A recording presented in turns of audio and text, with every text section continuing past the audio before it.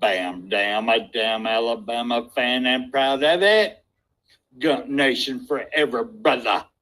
Namath again faking, quickly finds his target. Now cuts in. He's at the 40-yard line. He's at the 40. Quick drop throws in the end zone.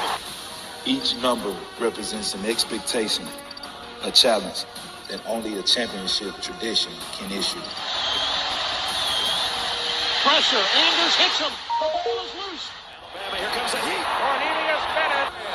Whoa, did he get lit up? It is an endless passing of the torch that urges the wearer to enrich his legacy. Brings pressure up the middle in a hurry. They can't get away from Duncan. Alexander first down and more. Richardson breaks free on the sideline. Turns the corner. Can you say goodbye? Because at Alabama, tradition is not retired.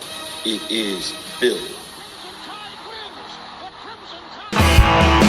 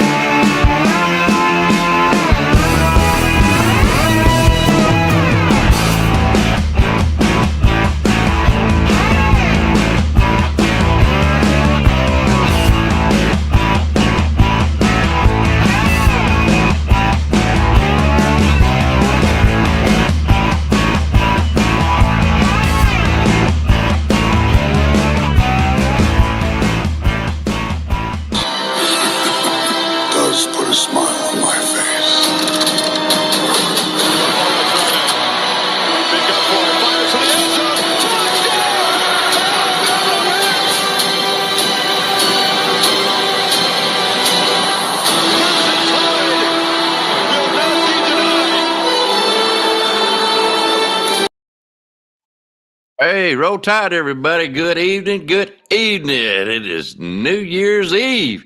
I hope everyone has a happy new year and be careful and be safe out there. The night before the big game, guys, here it comes. But listen, guys, we got to get the thoughts on the man that's coming.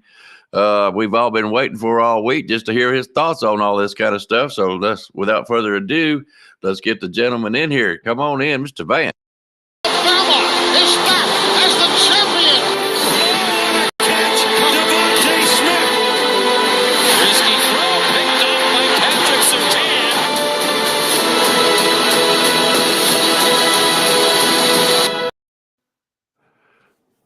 Hello, brother. Icebox, what's going on? Nothing much, bud. Just waiting on this year to get by. You know how it goes, man. They like to charge taxes every year, so here we go again. Yeah, that's what I've heard. Something about we owe them every year or some shit. I don't know. I think they owe me. They just don't want to admit it. Nope. Here we are, New Year's Eve, man. The night before the big game coming up. I've had a good week off or two, and I am ready for this big game. Go back to work. Not, but I got to go anyways. Let's welcome in everybody that we know in here so far, if you don't mind. Bobby Sprinkle, hey, bud. Happy New Year's. Hope you and Miss Tammy have a good New Year this year. And I am going to talk about Tyler Buckner here in just a little bit, brother. George Lambert, Happy New Year to you. Lucia, Happy New Year's. Justin Summerlin. Let's see here. Who else has put something in here? I'm catching up really quick. Linda, hey. Miss Alabama herself. Roll tide to you, young lady. Roll tide. Yes, sir. My main man, Lucian. What's going on, brother? Hey, a rare appearance from Mr. Roll Tide and Rise Up himself, by the way. Saluting the chat. Man, he about like Bigfoot. All you get is a blurry picture of him nowadays. Hey, I'm just Roll glad Tide to you. to do, man. I got a lot of respect for that, man. Oh, hey, I love him to death, and he knows it. I don't need to tell him. Coach Dudes out there, what's going on? Roll Tide, brother. I got something for Coach Dude tonight. That's funny. It's a little something. Yes, sir. Let's see. I think I'm about caught up here. Brittany Beat. Oh, I can't miss Brittany Beat. Oh, no. Roll tide to you, young lady. All right, that's got to be caught up. Can't miss nobody in this chat. That's what makes this show fun. Man, they make the show. 100%. They do. That's why I wanted to make a show that was a hangout, man, so I could hang out with all these folks. Oh, yeah. Yep. And I'd love to hear them. I'm serious. Boys and girls, you ladies and gentlemen, whatever. Y'all want to come on the show, y'all come right on. I will. Van will tell you, I do not mind getting out of here and letting you talk to Van at all. Well, I don't care if nobody coming on. If they let me come on here and do this, they'll let anybody, I promise you. We ain't proud. No, clearly. Oh, Lordy. Well, I'll tell you what I'm going to do, brother. Before we get started, just to vindicate a young man that transferred from Notre Dame, we all know him, Tyler Buckner. We all had a lot of fun. I had a lot of fun picking at y'all about that's going to be your quarterback. I believe he's a Heisman Trophy winner. I believe it is. I didn't know he was going to be of lacrosse, but I knew he was going to be in the Heisman. I ain't letting that go ever. Well, I think Lucian's a little illusion tonight. Yeah, we're professionals. Something, but I'll take a compliment anywhere I can get one. Yeah. How much you pay him? It cost me a little bit. I ain't gonna lie to you. Tyler Buckner. I'm gonna just put it in a nutshell because we got so much to talk about, and there's probably some guys that want to come on here and talk. Just in his defense, okay, we all know he had his chances against South Florida and he blew it. And the young man has just basically, in a nutshell, what this article was about. He faded away, went in the background, but he has stayed in to help the team, and he could have left already. And he stuck around to help the team to try to help them win this national championship, or at least against Michigan. But I think he's going to stick it out till they win the national championship. And if he does, I think he deserves a ring. I really do. Everybody on the roster, and I'm sorry to cut you off, but I don't care if you're the 4th-string punter. You're doing something at practice to help these guys get better. Yeah, you deserve it. It's a unit thing. It ain't just what you see on Saturday. It's the 6 other days during the week that make a champion. So, yeah, my hat's off to the guy. He wasn't up to snuff as far as what we needed at quarterback, but he seems like a good young man, and I'm glad he came to Alabama, and I appreciate anybody that's on that team. So we were glad to have him, and I wish him future success down the road. I'll be rooting for him. I do too. Really, I do. He's got my respect, and from what I'm understanding, he has the team respect. I don't know if he come down here to either play quarterback or to help or top. You know how many ways we could have went with it. Oh yeah, we've covered 3 or 4 different ways this year on this show. Mm-hmm. But I look at it like this too. Brutally honest, he made it to Alabama a lot better than I did. You know what? My hat's off to the guy. Yeah, he's got my respect.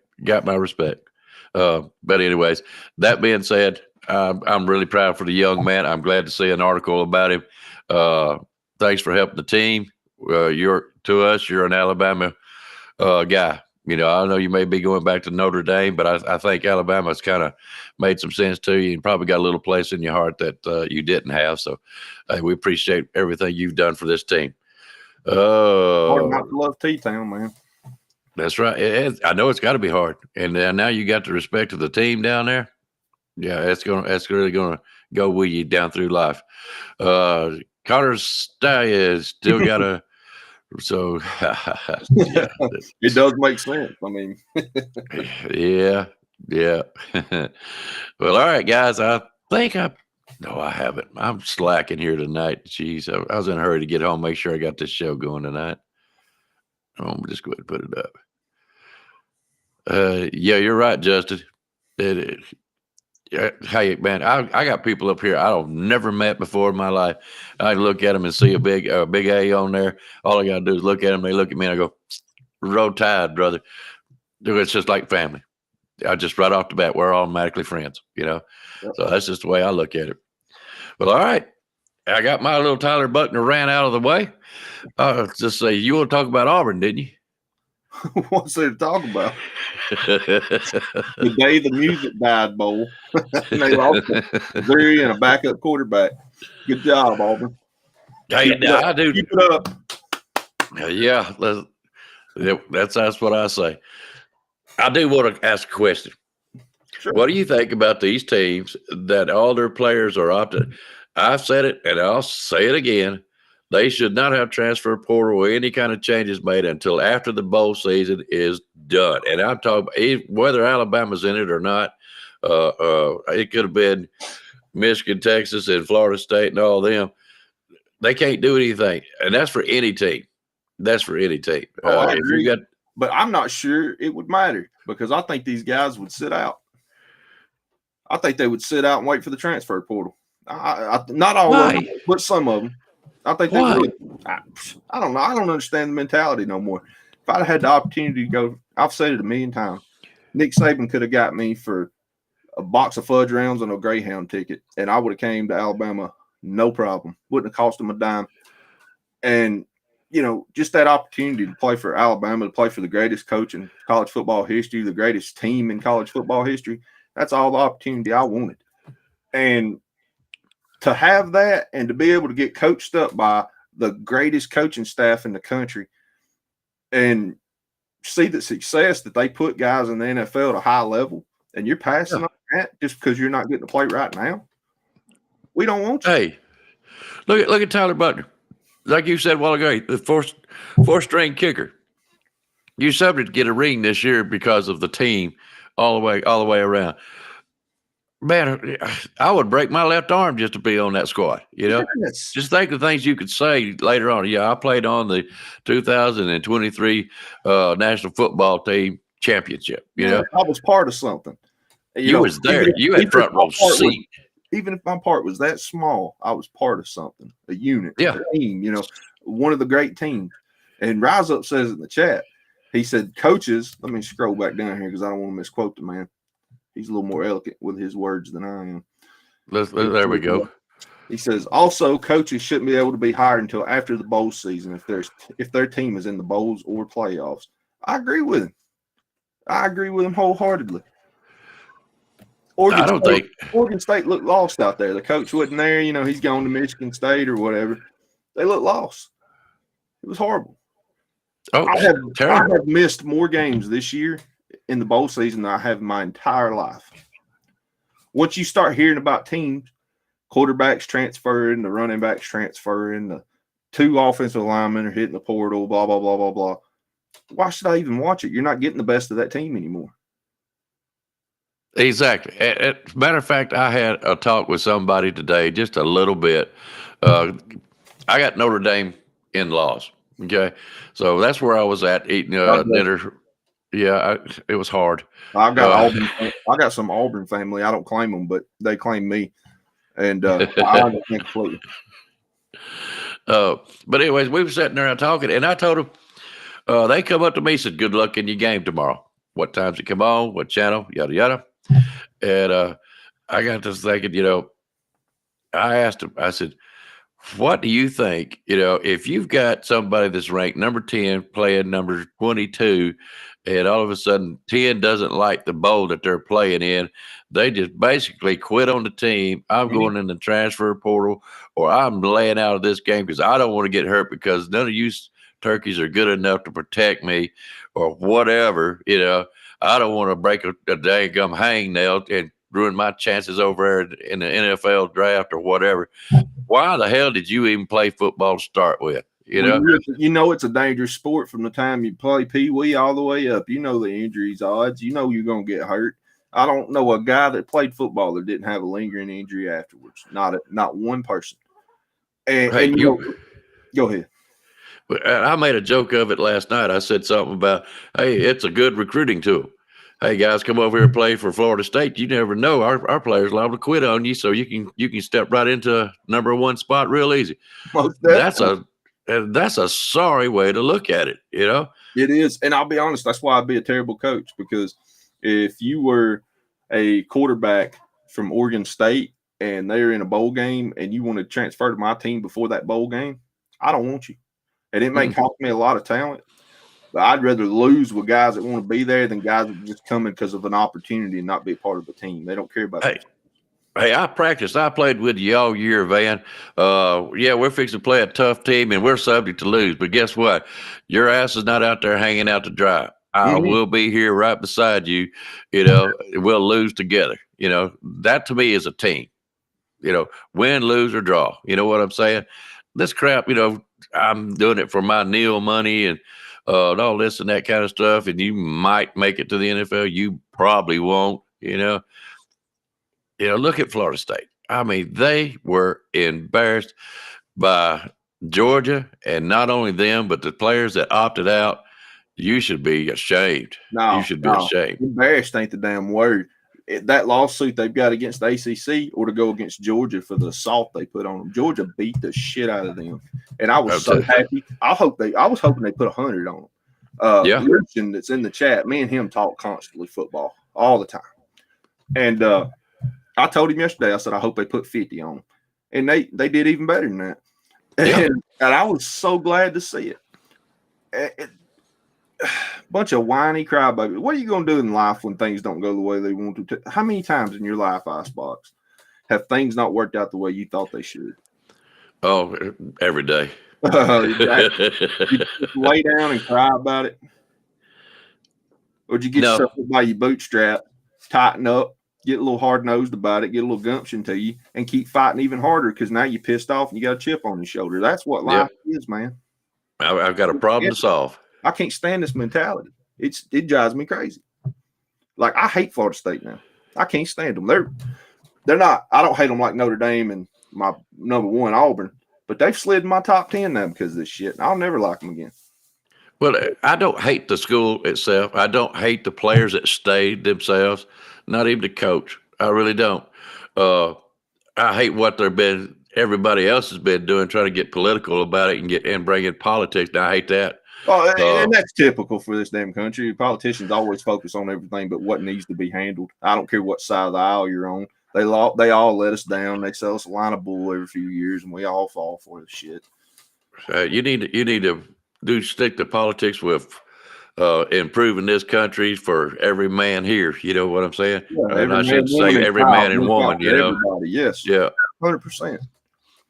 Keep your nose out of something that you just don't really need nothing in. I'm pretty sure we got more problems in this country than a football game. That's just me. I'm pretty sure there were some kids that woke up hungry the other day, or people that still don't have a place to live. Let's focus on that kind of thing. You know what I'm saying? Yeah, keep your butt out of where it don't need to be. All right. Well, anyways, that was an embarrassment for Florida State. And like Rise Up said, hey, Rise Up, you're welcome. Come on the show, man. Don't even ask. Just come on. He knows because I texted him before and pretty much begged him. Hey, like I said, Rise Up, if I'm bothering you, man, come on here and I'll duck out and let you talk to Van. And, you give me a come on back whenever you want me to, if that's what the case is. Ain't nothing ever bothers him. He's cooler than the other side of the pillow, man. Man, you cannot find a better man than Rise Up. No way.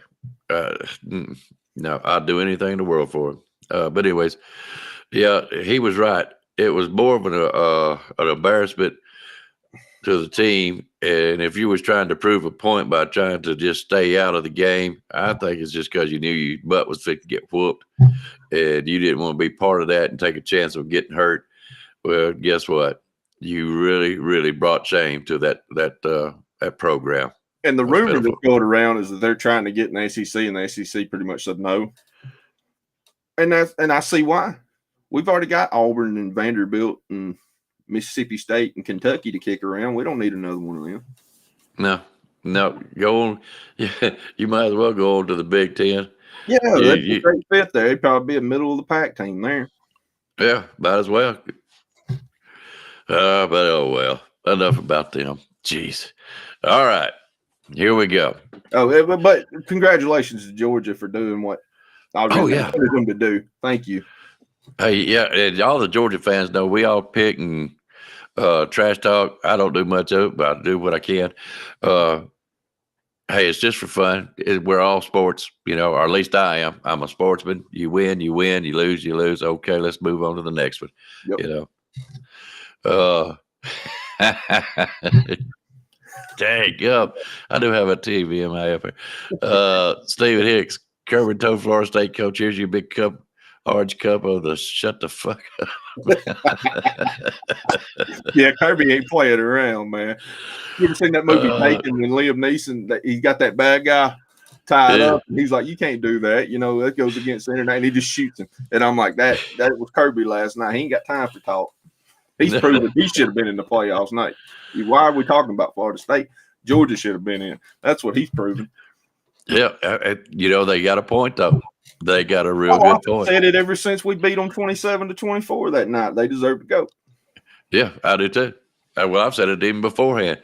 If we happen to beat Georgia, it should have been Michigan, Washington, Alabama, and Georgia. Mm-hmm. Now Texas would have an argument, big time. Yeah. And it just really depends on what Texas does with Florida. Let me ask you, might as well get to it. What do you think about the Texas Washington game? Ooh, I'm torn on that game. And I tell you, Coach Dude made me look at it a little different last week. And I have considered the fact that Washington's defense isn't highly ranked, but in big games they out physical teams they shouldn't. And stats are one thing, but they show up in big games this year. And I'm impressed by what their coaches put together. Michael Penix Jr., he'll take a few shots down the field, but overall, he don't make a lot of mistakes. He's really accurate, man. He's so good. The big debate is Caleb Williams from USC going in the first round of the draft this year, possibly. Ain't no way I'd take him over Michael Penix Jr. I like his mentality better. I don't like Caleb Williams' mentality at all. Mm-hmm. That's a guy that if he gets hurt a little bit or if the team starts slacking off, he's going to be pointing the finger at everybody but himself. I ain't got time for all that. But, yeah, man, Washington's sneaky. Like, they throw a lot of short yardage situations and obvious running situations. But ever since November, their running backs come on strong. They've been running the ball a lot more too. And their offensive line, underrated. But flip side of that, Texas may have two of the better defensive linemen in the country. And their defense ain't bad. No, it's not. Their secondary is pretty good. We've seen that. Of course, that wouldn't Alabama right now, but who cares? Lucian, I'm like you, bud. Quarterback, give me Milrow. I'm gonna tell you this. Give me Milrow. I'll take Milrow over anybody just based alone off his mentality, the way the kid's humbled himself. He's let all that talk go through one ear and out the other. I mean, it just came out that his former offensive coordinator wanted him to be everything but a quarterback, which showed how stupid he was and why he ain't there no more. And nobody cried when he left. And now, look, we're in the playoffs the year he's gone. But, he's dealt with a lot of adversity, even mostly from the fans, as a matter of fact. The fan base. And he ain't checked up one bit. And when we needed him the most, he over-delivered this year in big-time situations. Well, I will tell you this much. And you tell me if I'm wrong. Okay. Bear Bryant said, hey, we get the ball. It's basically our duty, or what we're trying to do is to score on every possession that we have. If you fumble the ball, throw an interception, goodbye opportunity. Milrow, been sacked a lot this year, but he didn't lose the ball. No. He's had bad snaps. And some of them were his fault because he held the ball too long. Because on average, he holds the ball a little longer than he should. I mean, I'm not going to sit here and BS and say he's perfect because he's not. But we've seen him get better every ball game. Well, I'll tell you something here, a little story here in just a minute involving me and Nick Saban Jr. But anyways, what I'm getting at, he's not losing the ball. He's losing yardage, but he's not losing the ball. Yeah, I mean, sometimes you got to take a sack. Sometimes you got to throw the ball out of bounds. Don't throw it in the double and triple coverage and get a pick. Don't take off running and lose the ball, in certain situations where they got you closed up. Go down. Just go down. Live to fight another day. Yeah, and that's what he's doing. He's living to fight another day. If we don't make the first down, kick the football way down there, let's go defense, But we're not losing the opportunity per se through a silly mistake such as a fumble, interception, or something stupid. I was talking to Junior. I can't remember. I knew it was after he'd done his show.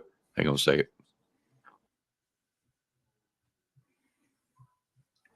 anyways, I said, can you imagine what Milroe has done? He said it, he took the receivers out down in Florida, bonded with them, practiced with them, and done this. He won me over then. When he took those guys down with him to practice, that's a starting quarterback move. That's a leadership move. Yep. He won me over right then. Well, I didn't like it so much because maybe the other quarterbacks didn't have a chance to bond with him too. You know what I'm saying? Well, they had all off season to try. Well, some people ain't got Milroe's money, is what I'm getting at. But that's not what I was trying to say. I don't care that he did, be honest with you. Hey, I'm a wide receiver. Take me with you, You better believe it. I'll put bait on your line for you, But anyways, so what I'm trying to say is he improved all year long because everybody will point a finger at me and say, well, you wasn't all high on Milroe. Well, I had questions.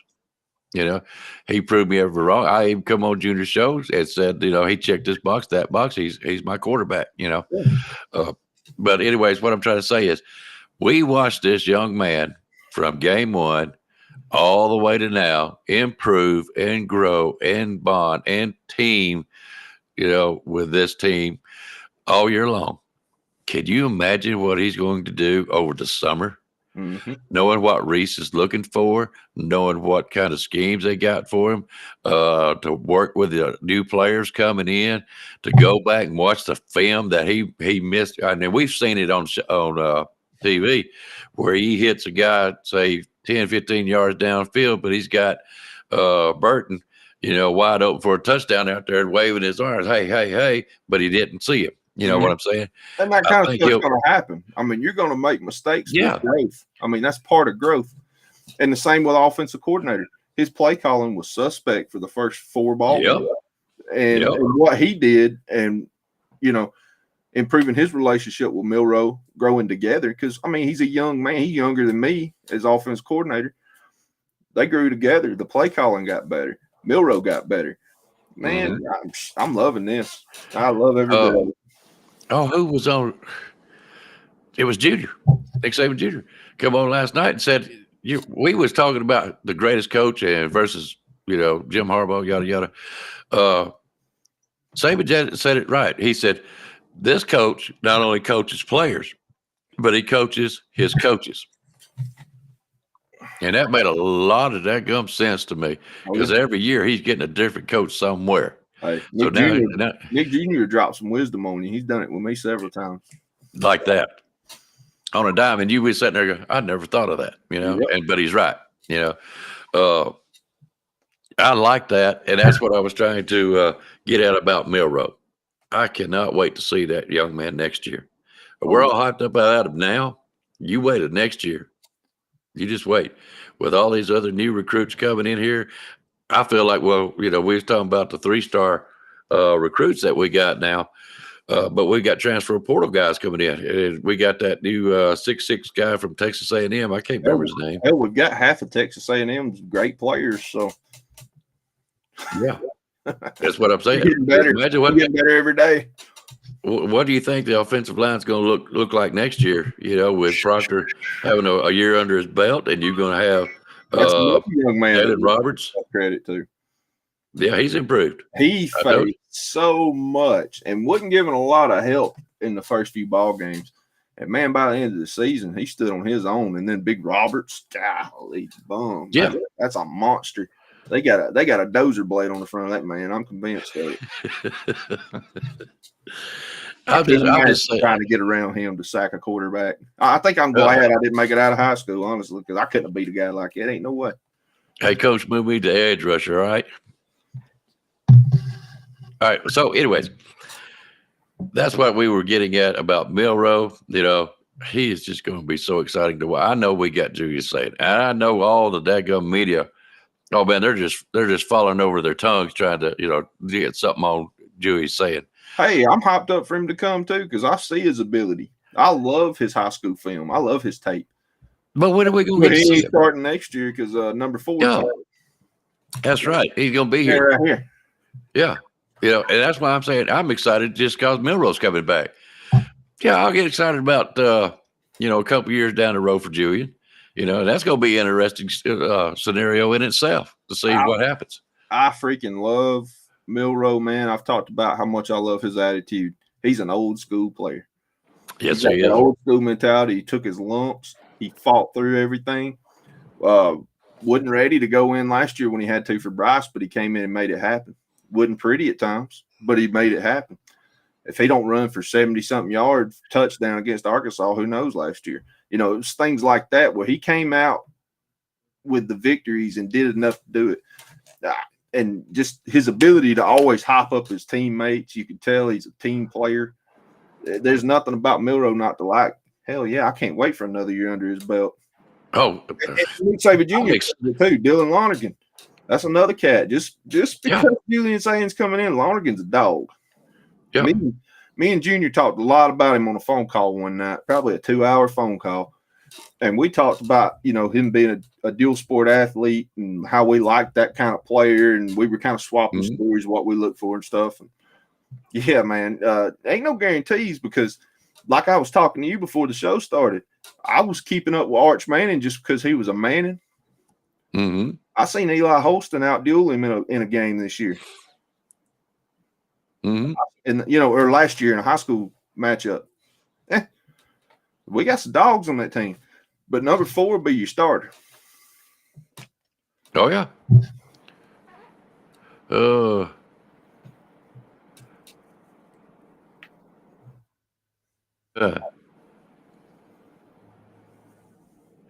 I don't know what you mean by that, Michelle. You know, you could I tell you what. I get what she's saying. The only person you got to prove it to is the head coach. I'm trying to be nice about it. The fans don't matter. They don't matter. No, well, she's right. If we knew that much, we'd be on the sidelines. You know what I mean? Yeah. But, you know, in my perspective of what I'm looking at as a football team, yeah, I've got certain criteria I want to see out of a quarterback. I've got certain criteria I want to see out of a quarterback because I'm a defensive kind of guy. And I will tell you what, you know, be honest with you, if you're not impressed by Caleb Downs, what do you need? Man. Good grief. You know, but that's my defensive side kind of guy. But I know what she's talking about. All right. Anyways, yeah. Keep at it. That's all I got to say.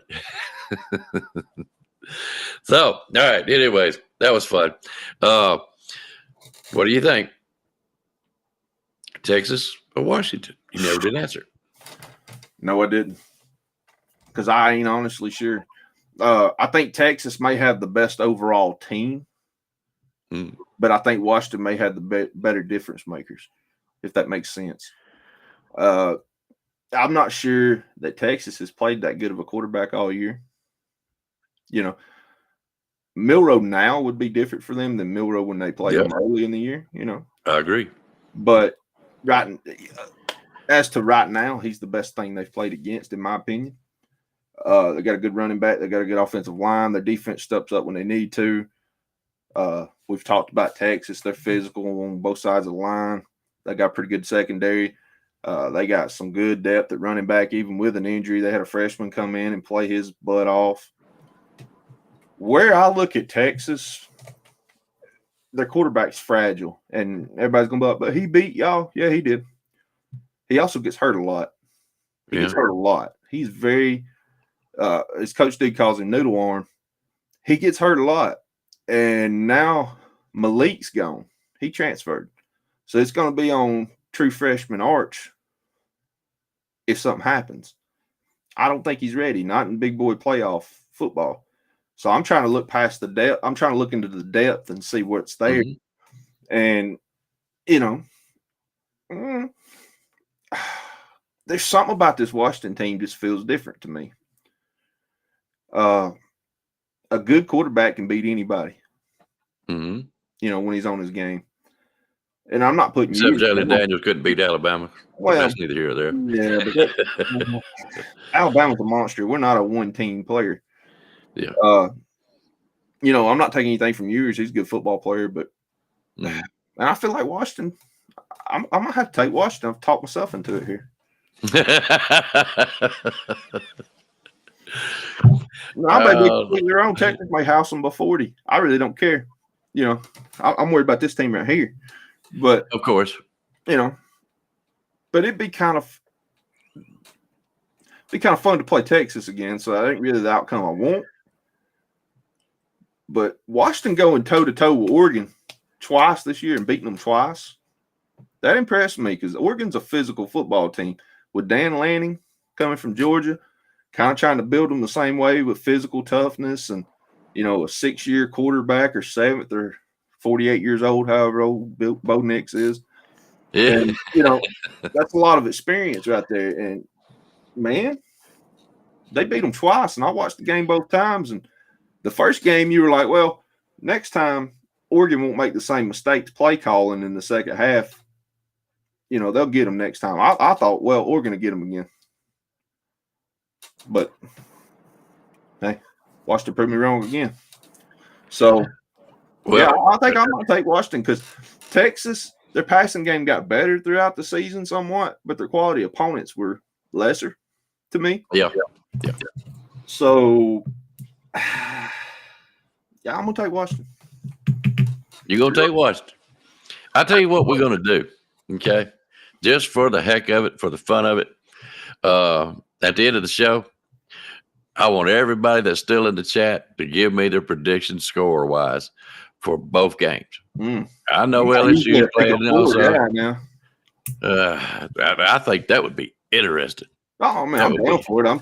I'm good at being wrong. That's my wife. By the way, the Backwoods Misfit, I know who you are.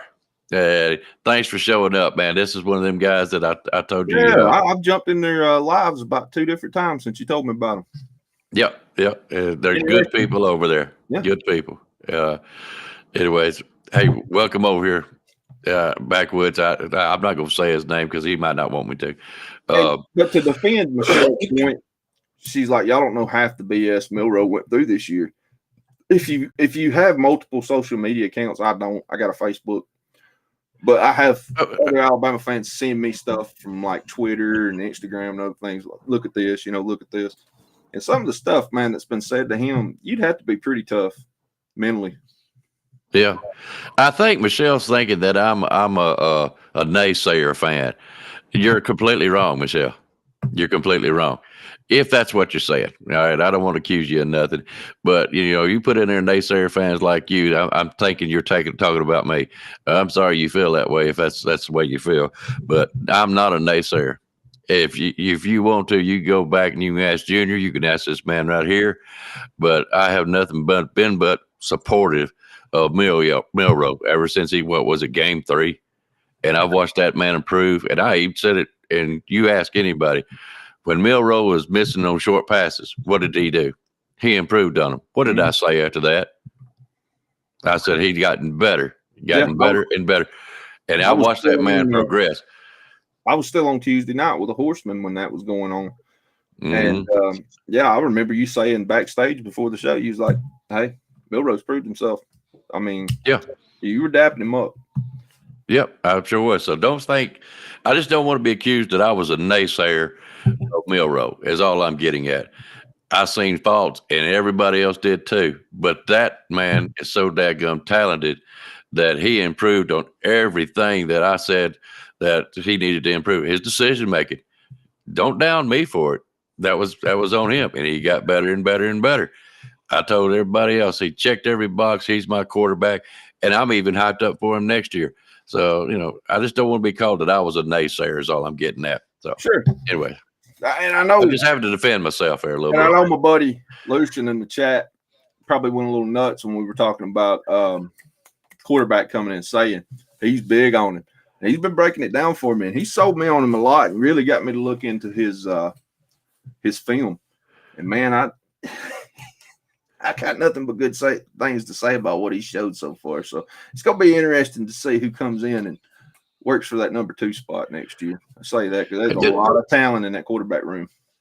Let me ask you this. I watched just a little bit of tape on him because that's all we got when he was practicing with the team today. The man's got a quick release, don't he? Yes, he does. Is that what it is? And a quarterback with a quick release who can also get out of the pocket and make moves. got to pick your poison against a guy like that. Mm-hmm.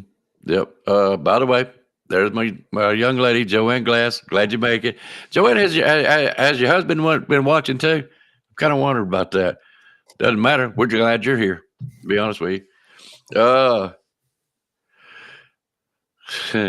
Now George is gonna get started on me. Right here. Yeah, you know he is. I'm waiting on him. I see what Bobby's saying too about Texas. You know, he says he think it could go the other way. He thinks it's a low scoring game. But very possible. Them two good football teams. They ain't in the playoffs for nothing. Yeah, I wonder. Michelle said, I think she's talking about Texas. Is talking about starting Manny. Really? I mean, I don't know. That's an interesting thing. I'd love to know. Yeah, but where did you hear that at? You know, because that would be very interesting.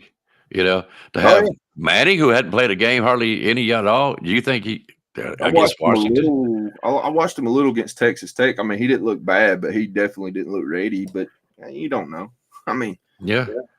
We seen Tua come in and drag and slay Georgia 1 year in the back half of the championship game. I mean, true freshman. I've seen weirder things happen. Yeah, but Railroad needs to get his feet. Oh, yeah. Yeah, if he starts running that ball. But he wants to be a quarterback. You know what I'm saying? Yeah, so, and he's a good one. Go back and watch him when he played high school ball in Texas at a high level. You're not going to beat Milroe's legs. There ain't no way. All right. I think I've let this man sit over here in the dark room long enough. So let me get him in here.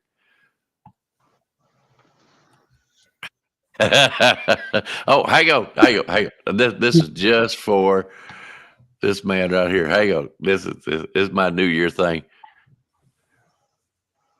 Coach Dude Sports. Subscribe on YouTube. Rated R. The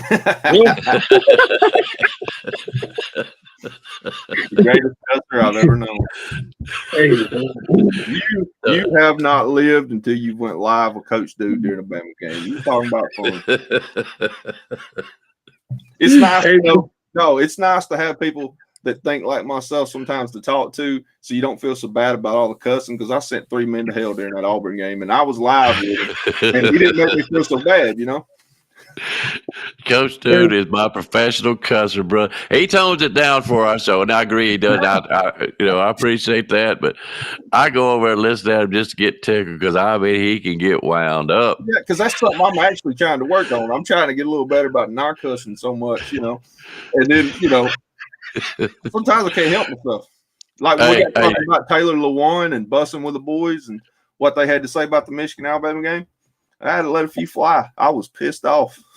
That's the guy with the goatee, right? They'll be wearing the hats. I don't know how they came across my feed a couple weeks ago, but I've been tuning in and listening to those guys recently. Salute, gentlemen, man. Happy New Year, all that good stuff, man. Much respect, man. Much love.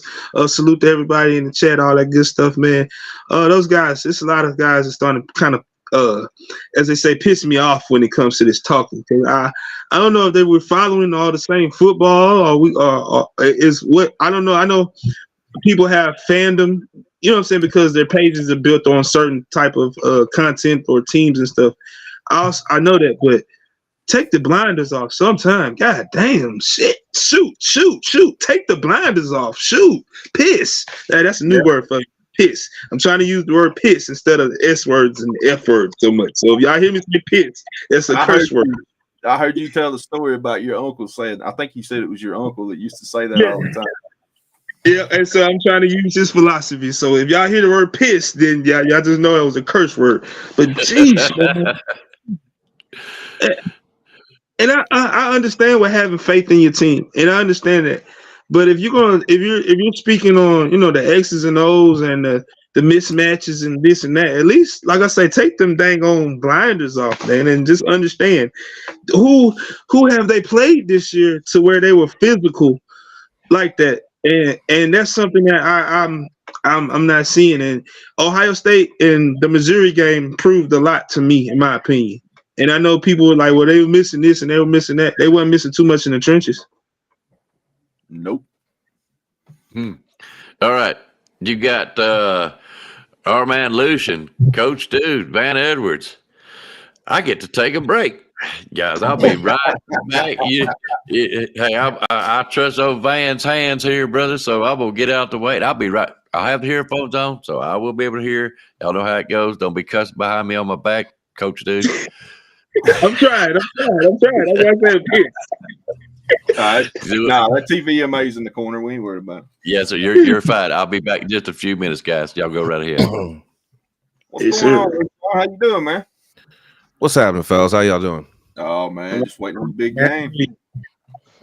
I know I'm ready for it. I'm ready to silence all these fans up north, man. They're getting out of hand. These they're like Michigan linemen. These Michigan linemen. They're like genies. Yeah, that's you damn right. I had a guy tell me the other day in an argument on Facebook because I'm stupid enough to fall for it sometimes. And he was like, well, Michigan hadn't given up over 24 points all year to any single team, and they're averaging 9.5 points against them on defense. And I was like, well, most of the teams they play can't score 24 points, man. They play some bad offenses. They have not played an offense that ranks, I don't know, let's just say, put it this way. UCF might have been USF might have been a terrible team, but their offense ranks higher than anybody Michigan's played. So that's just food for thought. That's a nice stat right there. And I asked a question to them: who have they played that's physical, that's even big? Because according to my research, most of the lines that they've played have like maybe 1 or 2 300-pounders, not like 6 or 7. Right. Or outside linebackers at 250 that run 4.4s. Yeah. That can actually get around your big offensive tackles, as you guys like to quote you guys saying you guys have big offensive tackles. And Nick Saban Jr. said it best in the chat right there. He said the Big Ten people see football different than we do. And don't get me wrong, Coach Dude, I've heard you mention it before. When you go up there to play in the cold, it's tough. It's tough. Their colds are different. You know, I don't have to tell nothing. I mean, Lucian, he lives up north right now. He knows how cold it can get up there compared to down south. It's a different animal. But a good football team will play good no matter what. And I still believe that. Right. But see, like I said, growing up in both regions, you know, basically growing up in both regions, Big Ten country and SEC country, it's just the passion and the feel and everything for down south football is different from up north football. You know, like in the winter, like right now in the wintertime, down south, you still got kids. Right now, I just drove down the street and you had kids throwing the football still. Whereas up north right now, they're in a gym somewhere bouncing the basketball because of the you know what I'm saying, the outside elements. Now, true enough, we play football in the snow like that, you know what I'm saying, but don't get me wrong.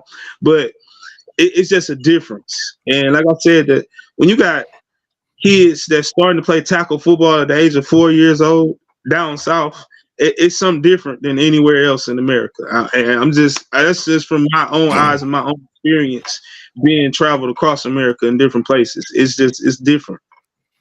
You know, and to further his point, you could just look at the camaraderie the SEC has. Like, if you ask an SEC player, not necessarily an Alabama player, who they want to win the college football playoff, they're going to say Alabama every time. Now, flip that question around. If you ask anybody in the Big Ten, do they want Michigan to beat Alabama? The answer will be a resounding no, because the hatred for Michigan is not just like Big Ten. It's like shared throughout the nation. And the fact that nobody in their conference really likes them, and especially, you know, I actually seen some news on Twitter this morning that Harbaugh actually hired one of the highest NFL agents. Yep. Now, my question is, why do you hire a high-profile agent after you supposedly got this big extension bonus wherever he got at the end of the season? Yeah. Why do you go out and hire an NFL agent who reps Tom Brady, the likes of Sean Payton? These aren't small names. So it's just funny. And it's funny that it broke the eve of the game. So, you know, I just think it's funny, especially after watching all those. Me and you've been talking about it all year, man. Behind the scenes, we've been talking about it all year. I think it's funny though, because it broke after all the Big Ten teams kind of crumbled to the SEC, with the exception of Auburn. But we ain't gonna claim that Cal College. But then you got to look at it. It's set up for them to, for their golden boy khaki pants to go back to the NFL too, with the Chargers team, with their head coaching vacancy wide open, and he got, their golden boy quarterback. So it's just, and then with all the negativity that happened behind him and all the stealing signs and the cheeseburger scandal and all this, just go away because right, leaves. All that, and everybody will just forget about it. And all that happened is they got their ass whooped by Alabama in the playoff. Yep. Right. Right. And then they're gonna fall back into mediocrity, like they did with that when that one coach left, and then they got Brady Hoke and they had got Rich Rodriguez, and they kind of fell off the beat in mediocrity for up until Coach Khaki Pants came recently. It's gonna be the same damn thing again. It's just, But let me ask y'all this. Let me ask y'all this. Go ahead. With they talk about JJ's legs, and they said that the last couple games that he played, he wasn't healthy for whatever reason. They won't say why he wasn't healthy, but they just saying that he wasn't healthy. So that's why he really basically turned the ball off and hand around. Turn around and hand the ball off. Do y'all think with him, quote unquote, being healthy now, do y'all think his legs will come into play against us? We'll have to. You would think so. You would think with a month to plan that their offensive coordinator, whoever it was, would think it would be a wise idea to implement some quarterback runs, not just having their backup quarterback, who is Jim Harbaugh, Coach Khaki Pan is quoted on saying that his backup is a less polished version of Jalen Milroe. Not really sure where he got that from, but hey, hats off to Coach Khaki Pants. We'll keep that in mind. But I think that him using his legs might actually be a bad thing for him, because we got linebackers that hit in space and that can run sideline to sideline, and that have run down the likes of Jaden Daniels, Jackson Dart, Will Rogers. Is that another? We've played against running quarterbacks before, and no offense to JJ McCarthy, but I don't think he's faster than Jaden Daniels, or he's more elusive than Jackson Dart. So I think our guys are going to be pretty well set, and they're healthy. The health of Deontay Lawson, like I said on the show on Tuesday night, is going to be a catalyst, because that dude's a dude. Yeah, we got multiple dudes. So what do you see him attacking us at like that? Just from your. What do I think Michigan's gonna do? Yeah, to attack us like that, to move the ball, because we know they ain't gonna be able to throw the ball too tough with the secondary that we got, and the receivers that they got, they're not physical enough to beat us off the line of scrimmage. Our cornerbacks will jam you up and get in your shit, your face, So they're gonna, you know what I'm saying? So I don't see how, and they're not big and physical wide receivers. Now the tight ends are gonna be a problem. I can't give them that. That's what I would think. I think they're gonna try to attack us in the seam route and crossing routes over the middle, while trying to run it in between their guard and center, not necessarily their tackles, because I think they want to stay away from the likes of Dallas Turner, Chris Braswell, and our linebackers. They want to stay more so in the middle of the field, which I like. I like, because Tim Keenan gonna eat. Oh yeah, and I don't trust their quarterback enough to beat us with his arm. I hadn't seen it all year. Hadn't seen it in his entire career. Hey, but see, well, I'm gonna tell you the craziest thing. This has been my philosophy for a long time. When I know I'm up against an opponent that got a strong D line, let's just say I know they got a Dallas Turner, a type of player where they got a good DN or a good D tackle. Man, y'all know I usually run at him a lot. And what I mean by running at that person a lot is, like for Dallas Turner example, I'm gonna run at Dallas Turner because I'm gonna bring an extra blocker or two. See what I'm saying? And I'm gonna beat him up the most. You see what I'm saying? I'm gonna try to neutralize him the best way I can. And that's just my philosophy and what I've always done. And I'm not saying it always worked. I'm not saying that, but You know what I'm saying? I mean, It- it's the same thing you would do against your Cleveland Browns. You want to try Hey. to run away from Myles Garrett and let his athleticism beat all the offensive linemen because he's going to, or do you try to run the ball at him? Coach Dude, Right, though. right. Coach Dude, though. We ain't talking about you. We talking Right. about Coach Khaki Pants. Right. Well, are you right? You right. I mean, Coach listen. Khaki gonna try to be a black I watched some of the film on Michigan, and they don't seem to run exactly at good players or so normally away from good players. They try to implement their scheme. And by all means, by all records and all the courses this season, they have been the most successful at what they try to do. And if I had a hat to take off, which I'm not taking this A off till after we win, I tip it to them. But they also have yet to face a team that can actually stand up and push back. Like, I mean, we don't have like, and this is no offense to anybody in the Big Ten, but we have SEC linemen. Yeah, it is. The hell with them. Go ahead. And you saw and you've seen it across these bowl games. And like for instance, Penn State was supposed to be the greatest defense in the land. And Lane went up there and put like 700 up on him. And let's be honest, I think he could have done more. Right. But you know the excuse is that their top players opted out. We opted out. We opted out. But y'all got I'm depth. talking Y'all, about Penn State. Penn yeah, that's State. what I'm saying. Penn State. That's what they were saying. They were saying that in their chat rooms and on their feed lines and stuff, they were saying, well, our best players opted out of the game. We were down a linebacker. He opted out and down a DB. I said that still don't mean nothing. Like I said earlier, no one really opted out on the line like that. Like even with your line was still standing there being strong, and they right. got destroyed. It doesn't matter if one or two players opt out. If you a top 10 team in the country, you should have enough depth. That's not. Exactly. I mean, the physicality wasn't there.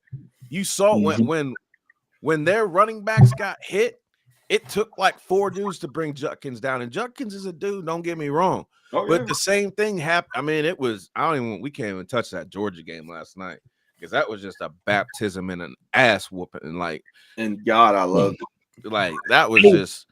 And you know, that's a perfect example of the transfer portal crap too. The transfer portal. The reason why I'm saying that is because all the kids that he brought in on the transfer portal left. So you see his recruiting ain't crap because all the hired assassins that he brought in to for him, you know, the Colemans of the world, the running back, they weren't in the game. So you saw that, hey, you're not a great recruiter like that. You're not a great coach like. So we saw a perfect example of it. How is next man up? How is so they had 28 people out, but Georgia also had 28 people out too. The number of people that opted out and didn't play in the game was even. So you can't really stand on the fact that, oh, well, y'all have the same amount of opt-outs and people didn't play. The fact of the matter was, no matter who Georgia put in, they was whooping y'all ass. Y'all couldn't tackle them.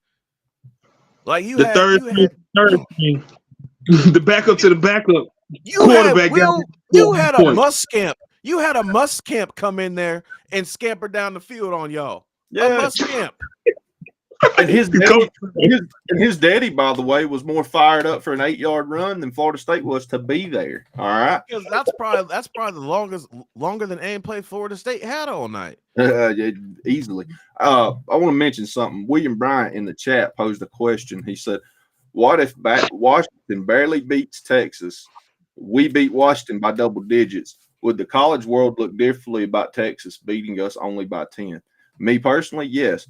I think it would be what we've all said all year long. They called Alabama before the growth took over. We were a different team then. We've grown, we've gotten better, and we went head-to-head against the best teams in the country. So, yeah, I mean, I don't even think it would be a point of discussion anymore myself. I don't think people would bring it up anymore. Listen, I'm gonna quote Tony Stark from Avengers, right? Reaching in the box for that one, huh? Yeah, I am. at the beginning of the season, you know, we had a whole bunch of these all-star players assembled, and you know, we thought we had a system, right? We thought we had the right lineup, but as it turns out, we had a massive hole on our offensive line. Mm-hmm. And then we found a Hulk. Jaden Roberts has been the difference in the offense, and I truly believe that the Michigan defensive line tomorrow ain't seen a player. They ain't seen nobody like anybody on our offensive line. But let's be honest, they ain't seen no one like Jaden Roberts. Jaden Roberts is just I don't know if any of y'all seen that dude without a helmet, but he looks straight up like the Incredible Hulk. His hair long. He just a big-headed, just mean, fun-loving guy, and he just loves to push people around. And he's gonna do a lot of pushing tomorrow night, fellas. I'm telling you what, it's gonna be funny. Shout out to Bill O'Brien, little dumbass. What a damn idiot. He proved why he didn't need to be. Listen, Booth O'Brien, it needs to just stop coaching football. He's wrecking too many young men careers. You just need to stop coaching football. Man. Go play golf. Yeah, he's wrecking Mac Jones' career as we speak. That's what I'm saying. He wrecking too many people's career right now. Just go play golf or something. He got enough money to just sit back and chill for the rest of his life. He done all the jobs he didn't have that he didn't got paid from like that. Right. He's probably still getting paid from a lot of jobs because you know he don't stay there longer than 2-3 years anyway. He's still getting credit for having like a couple of above average seasons at Penn State after they got sanctioned. And he's still living off that. Matter of fact, that's the only reason Penn State's relevant is because of Bill O'Brien ass. Because you know the coach they got there is like 6-29 against top ranked opponents, and that's just terrible. Yeah. So let me ask you this: Is Will Reichert mind back right? Because you know Will was missing kicks at the end of the season. You know he started off great at the season. You know now toward the end of the season started missing a few here and there. You know what I'm saying? Is Will mind back correct? You know what I'm saying? Because I had doctors pay. You know when we was paying, we pay them to kick a football for us. I had doctors pay a couple times. I just want to know if we're gonna have to give him his money back to make sure that he's kicking the ball good for us. That's all I want to know. See, I want to step on that question a little bit, Coach Dude, and add an asterisk. Can we also make sure Seth McLaughlin is doing good snaps? Because him and Will, I'm gonna tell you what, I love those two dudes for a long time playing for the Crimson and White, but damn, these last couple games done made me cuss two people out that I didn't think I would ever be cussing out. And I agree with you. I've stated on the show before, I'm not a fan of kickers. You know, I've said it. They don't work out like the rest of the team. They don't take the bumps and the bruises throughout the season like the rest of the team. They don't fight like the rest of the team. They got one job to do, and you're lucky if they do it right half the time. So I'm not always been a big guy that's, special teams guy. That being said, Reichert's the most points scored man in college football history, so he's going to have to finish strong. He don't want to go out on a streak of missing 5, 6, 7 field goals after you set a record.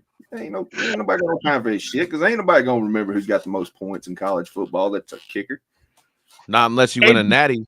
That's an asterisk too, man. The man been kicking damn field goals and extra points for 5, 6 years, so he should. And then playing behind that offense, you should be the damn all-time most points. He's the Brandon Bennett was in college for like a decade, and he didn't even scratch the surface of scoring the most points. He's the Brandon Whedon of kickers. He's like 27 now, it seems like.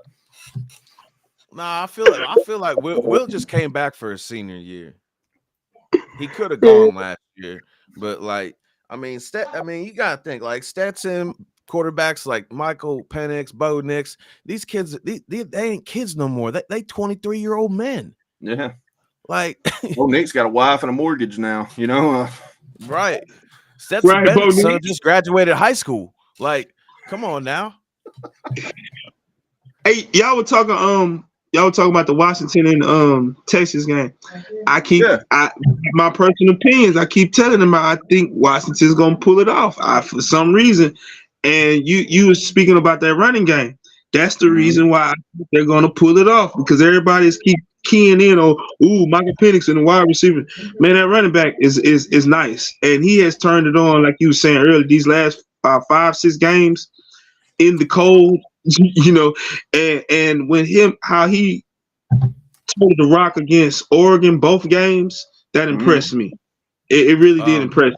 And Nick that's why I said, in the chat. Here's the thing. In the chat said, I went to kindergarten with Bo Nix, and I'm 34. That is true. I think I did go to a couple camps with Bo Nix, and I'm gonna be 34 in a couple days. I'll be honest, I thought he was the teacher assistant when I was in high school, but I stayed in trouble so much I wasn't in the class a lot. So here's the thing, though, Coach Dude, I agree with you, except for Sark's had a long time to prepare, and not only Sark, y'all forget who does Texas have in their defensive room that used to wear what we're all wearing tonight. They got one of the most cerebral assassin linebackers to ever wear the crimson and white coat, being able to prepare for that offense and that run game. I don't think I want Texas. Believe me, I want revenge on Texas, but I don't ever get what I want. So that's why I think Washington is somehow going to pull it out.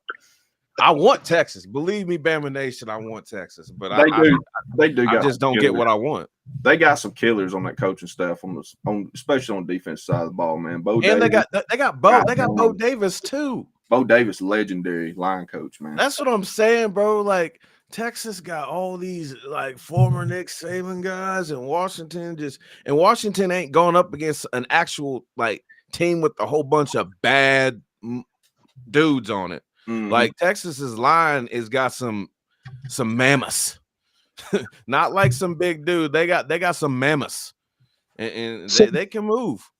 And I like I said, I want Texas. I want Texas. You're saying Texas probably got a better offensive line than like Colorado? Is that what you're saying? No, I'm talking about Texas's D line. A 3A football D line. A 3A Alabama high school team had a better. Well, they had a better coach team offensive line than that shit in that stuff in Colorado. All right. Lucian is the worst kept secret. He ain't wrong. It's the worst kept secret in YouTube that Coach Dude, huge Coach Sanders fan, by the way. Yes, I love him. Come on, Colorado, yeah. he freaking hates it. Hey, who does he hate him more than I do?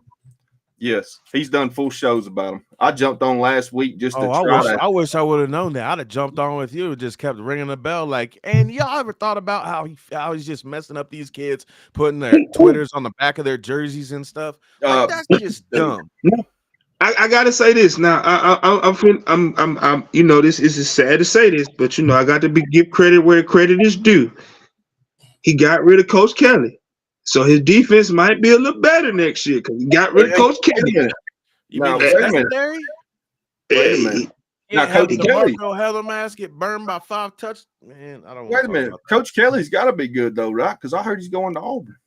That's what I'm saying. I'm great. Thank you, thank you, Coach Freeze. I appreciate you. Thank you. Go and hire that man so we can put on y'all next year. Dumb. Hey, Freeze was up in the strip club about 3:30 in the morning. He said, "I think I'm gonna hire that guy. He's doing real good." He heard he had a couple of burner phones. And then that's something. Get me burner 4 and 4. Coach Freeze can't be looking at the track record. He can't be looking at his previous defense at Alabama and Colorado and look at both of their defenses. Both of their defense, even at Alabama, we was giving up 35 points a game. Colorado was giving up 45 points a game. And then you want to go hire this man? What the heck? This man don't even need to coach high school. You need to get away from defense altogether. But no. You want to go give this man some money. So great. Please, appreciate it. This is what I was talking about, Lucian. I jumped on his show to talk about it last week. We went on such a good rant. I was quiet for 15 minutes. See, that's why I like it. He's holding back, guys. Trust me, he is holding back tonight. All I got to say is Brown sunk, and oh Lord have mercy, we'd have a fight on her. Ravens up. Oh Lord. I didn't mean it, dude. Coach, dude, I didn't mean it, brother. Hey, I hear they're doing good, man. I'm sorry. The thing about it is, though, so we don't got to worry about that because you know Ole Miss did us a favor in hiring the worst defensive coordinator that we've ever had. So we don't got to worry about Ole Miss Facts on the defensive side or Auburn as far as we're concerned. Because if they hire those two, well then run it up. You okay? Now it's the rumor. I've seen the rumors because it's a lot of content creators that and if you just turn on YouTube, my dang on feed is filled with dang on Colorado sports content creators. So I give them salute to those guys. But anyway, man, they were talking about Ken Norton might be their new defensive coordinator. They were thinking about this Coach Shermer coming to be a defensive coordinator. They were even talking about bringing in Ed Reed. They were trying to. Hey, they got a lot of names that. But I'm gonna say this in all honesty. If he get Coach Ken Norton, if he gets Coach Norton Jr., that would be a great hire. That I'm just being honest. I agree. That would be a great one. Yeah. Yeah, but still forget Colorado. I don't care nothing about them. That's why I hope they go 5-7 next year, 6-6. I try to bring Colorado up at least one time every time I see Coach Dude, just to let him get fired up a little bit. Well, when you do that, I hope you saw it a while ago. I'll do it again, just so you guys know. Hey, Coach Dude, plug your channel. Hey, man, it's Coach Dude Sports TV, man. The professional cusser I am. Yes, I am. Yes, I am. If you like fun, just good conversations with a little bit of cussing, come just see my guy. You see all his face right here? Hey. You come see me, and we're going to have a good time. Come tomorrow. Hey, tomorrow you will hear a lot of cussing and fussing. Tomorrow, listen. If you just want to hear somebody cuss, if you see a bad play from Alabama, just go to YouTube. And if you want to cuss, just listen to me because I will be cussing the team out tomorrow. I know I am. I do it every Saturday. It's just.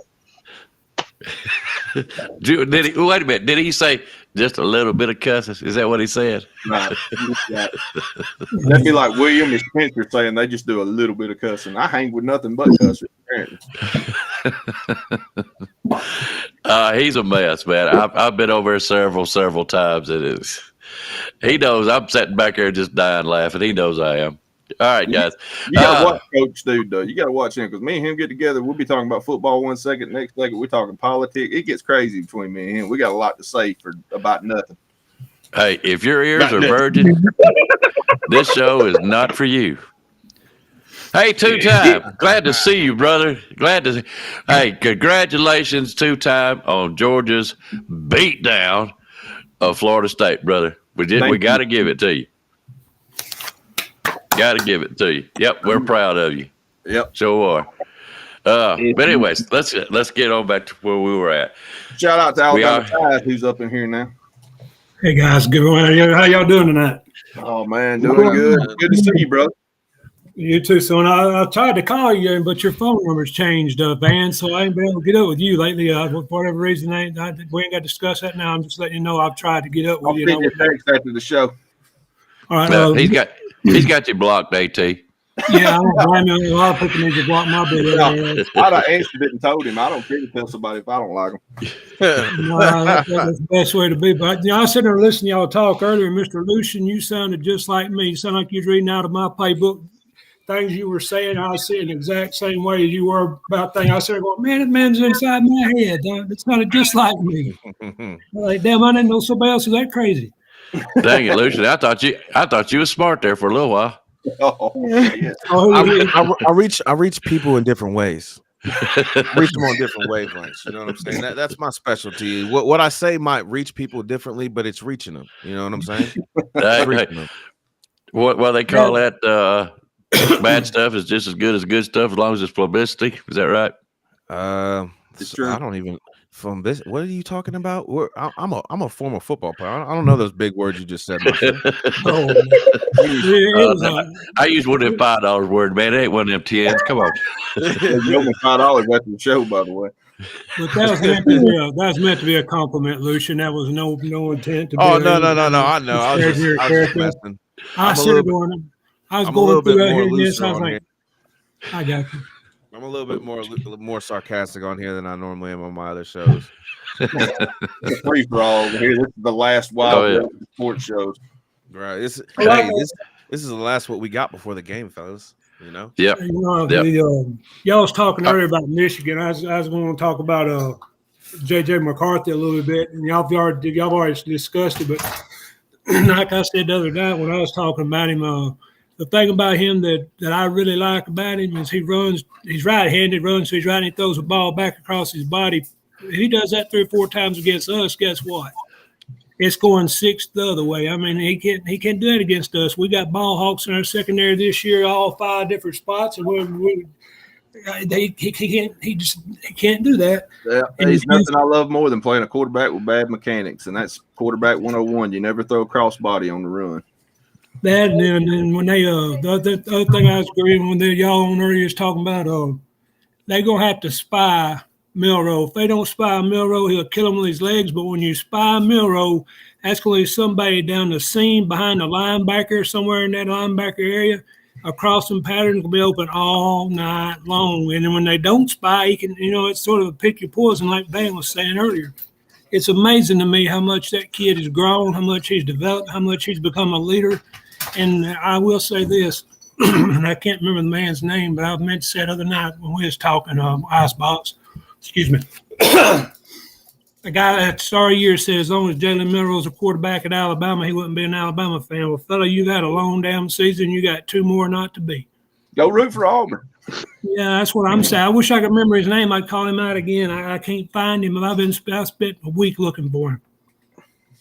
If you can't get behind everybody on the team, the hell with you. We don't want you in the fan base. That's just straight up. That's right. Go ahead, Lucian. That's what I got for him. Lank. That's right. Lank. That's it. All right, guys. I'm gonna ask you a question. Seriously, say I got a bunch of y'all in here. I said it last night. My biggest fear on this Michigan-Alabama game is Alabama has been known to leave points out on the field. Junior corrected me and said so has Michigan. Yep. Do you think that's going to have any bearing on the game tomorrow? Nah. Well, it's like I see you smiling, Lucian. Oh, I see smoke's coming off that headset. Let it go, Lucian. Tell it. Well, like I said, I predict pain. I think that Michigan thinks that they're going to manhandle us. I think Michigan thinks they're going to have their way. I think a great deal of this nation thinks that Alabama Crimson Tide and Nick Saban is dead and gone, and that we were just gifted the playoffs just because he's Nick Saban. I think there's a lot of people, including most of the announcers, that are probably going to be calling our game that are going to be against us. Good. But I'm here to rep this A. And I'm here because of Nick Saban. And the thing is, if he was dead, if he was buried, that man would not be running, jogging along in practice, shaking hands with people, going through exercises, being active. At some point, the disrespect of Nick Saban has to play a card in these games, because Georgia, that team was not going to say nothing about Saban because of the relationships between the coaching staff. But Michigan, you don't really get to see this side of Nick Saban, which we're about to see. We normally play SEC teams. Even when we go to the playoffs, we seem to run into an SEC team. And when we don't run into an SEC team, we run into a Pac-10 team that, really has no leg to stand on. But when we run into teams that seem to just run their mouths about our team, our players, and more importantly, our coach, our players seem to come out with a little bit more on their shoulders. And the fact that these dudes have been pent up for 30 days, not being able to hit anybody, they've been having to give up. They've been having to let up. I don't think that we have anything to worry about other than the game getting here too slow. I think our boys have become men over the season. They're battle tested. They've been hit in the face countless numbers of times, and they've stood the test of time. And we're about to see tomorrow if the bully is really the bully he thinks he is, or is Saban still the GOAT, which I'm going to err on the side that Saban's still the GOAT. So you're saying that once Michigan gets smashed in the mouth with Alabama defense and offense, they're not going to be able to stand on their legs like they were against other teams being a bully. I got put two time. I want to interject real quick, and then I want to hear what Coach Dude and Alabama Tide. I do too. To further your point about Saban, if he was just an autopilot, if he still wasn't hungry, he wouldn't go out and get the recruiting class he just did. He wouldn't go out and get the transfer guys he just did. Not the chasing after the transfer portal king bullshit. No, he went out and got players that'll help the team. He ain't worried about the numbers. He's worried about the quality of those numbers. And we're chasing guys that are going to make us even stronger next year. And to go off a point that Alabama Tide had said about if you stop Milroe's legs, he'll beat you deep. Of the numbers right here say that, let's see here. I had the numbers. 16 of Jalen Milroe's 23 passing touchdowns are from 25 yards and longer. 8 of them are from 40 yards or more. So when people tell you Michigan's only give up 7 passing touchdowns all year, that tells you the quality of the teams they played against. They haven't played a competent quarterback this year either. 100%.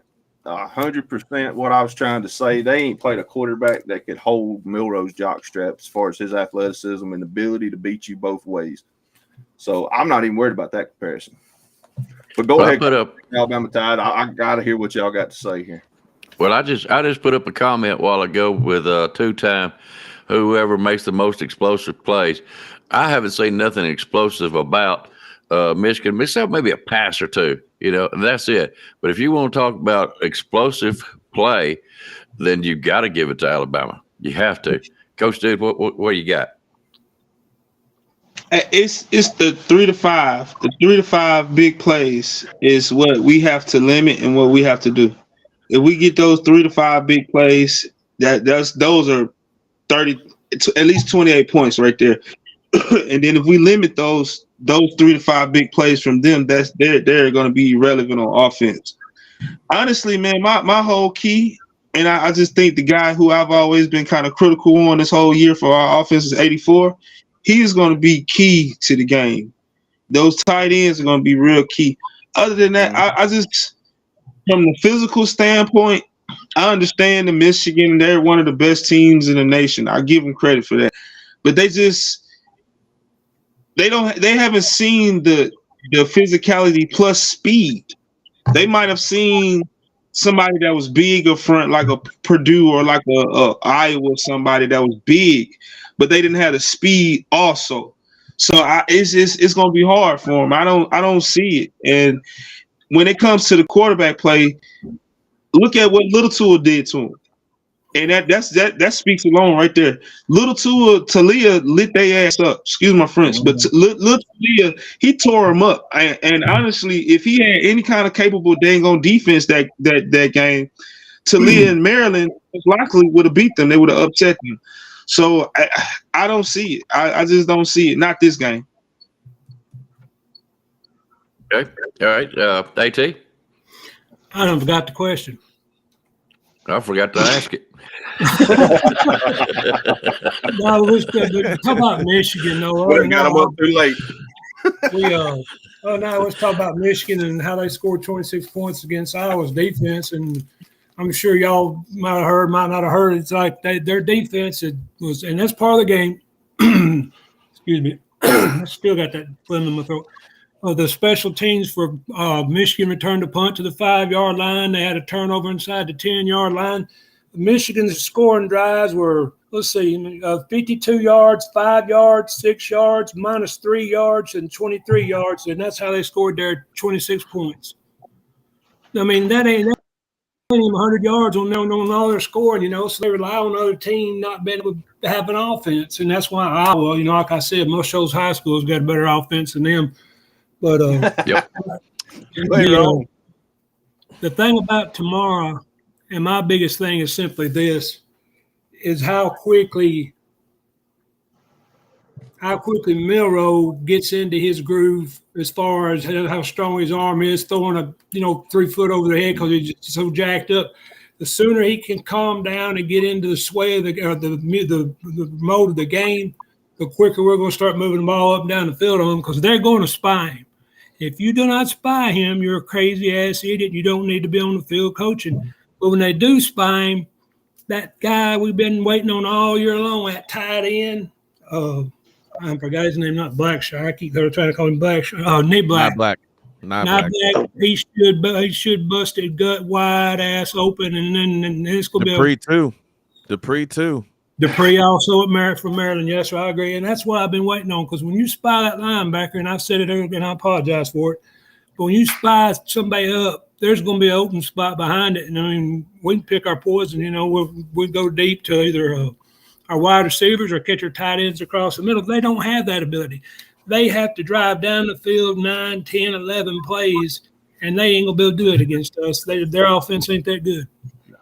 You know, to just throw something in here, just a little another side asterisk to it. Bama has been successful on the road. We've been in crazy environments and won. Michigan does not play well on the road. Our red zone numbers on the road are ridiculous. Michigan doesn't play well on the road. No, that's been their. I mean, obviously, there's going to be their closest games, but they don't play very well. Especially, they're going to be way outside of there. They're going to be in a different time zone. It's going to be hot. They're not used to playing in hot weather. Well, let me say this too, though. Now, one thing about Michigan's defense, they are optimistic. They do cause a lot of turnovers. Now, one good thing about Jalen is he has limited his turnovers these last 5-6 games. You see what I'm saying? So that when I mean by turnovers, I'm talking about fumbles too. It ain't just about interceptions. I'm talking about the turnovers in general. So, and I think that's one key to where, as long as we don't have crazy turnovers. That's why, like you were saying, AT, that's one reason why Michigan has put this mirage, you know, that what's that? The mirage on, like they're just a top-notch defense when they're really just being optimistic. That's all it really is. And you know, once you get and if you get any good team that can run the ball, if you put them constantly in the red zone, they're gonna put up points. I don't care if it's 3 or 7, they're gonna constantly put up points. I agree. I had a question for y'all, and dadgummit, I forgot it. Can I bring it back up? You give Jim Harbaugh a month to prepare, and he's got 30 days to sit on his ass. He might get charged with something new. I apologize. Hey, Luce, no joke. I heard that he had already got a recruiting violation in this new signing that they just done. But anyways, Michigan was saying something about you give Jim Harbaugh a month to prepare for Alabama. Well, I'm sorry, you're giving Alabama a month to prepare for y'all too. Well, they're number one. Wait a minute. How many times has he had multiple weeks to prepare for bowl games the last 8 years when he ain't won a damn bowl game? That's right. Last time they won a bowl game was 2016 against Florida. And not a good Florida, by the way. Not the Florida we think of when they were pretty good. No, this was the starting to go downhill Florida University, 2016. That's the last bowl game Michigan had a win, and Harbaugh was their head coach. Question: Did Harbaugh not have a month to prepare for us the last time we played him in a bowl game? Sure he did. And blew him out with Jerry Jeudy and Mac Jones? Mm-hmm. Sure did. This is what's being said in Michigan, okay?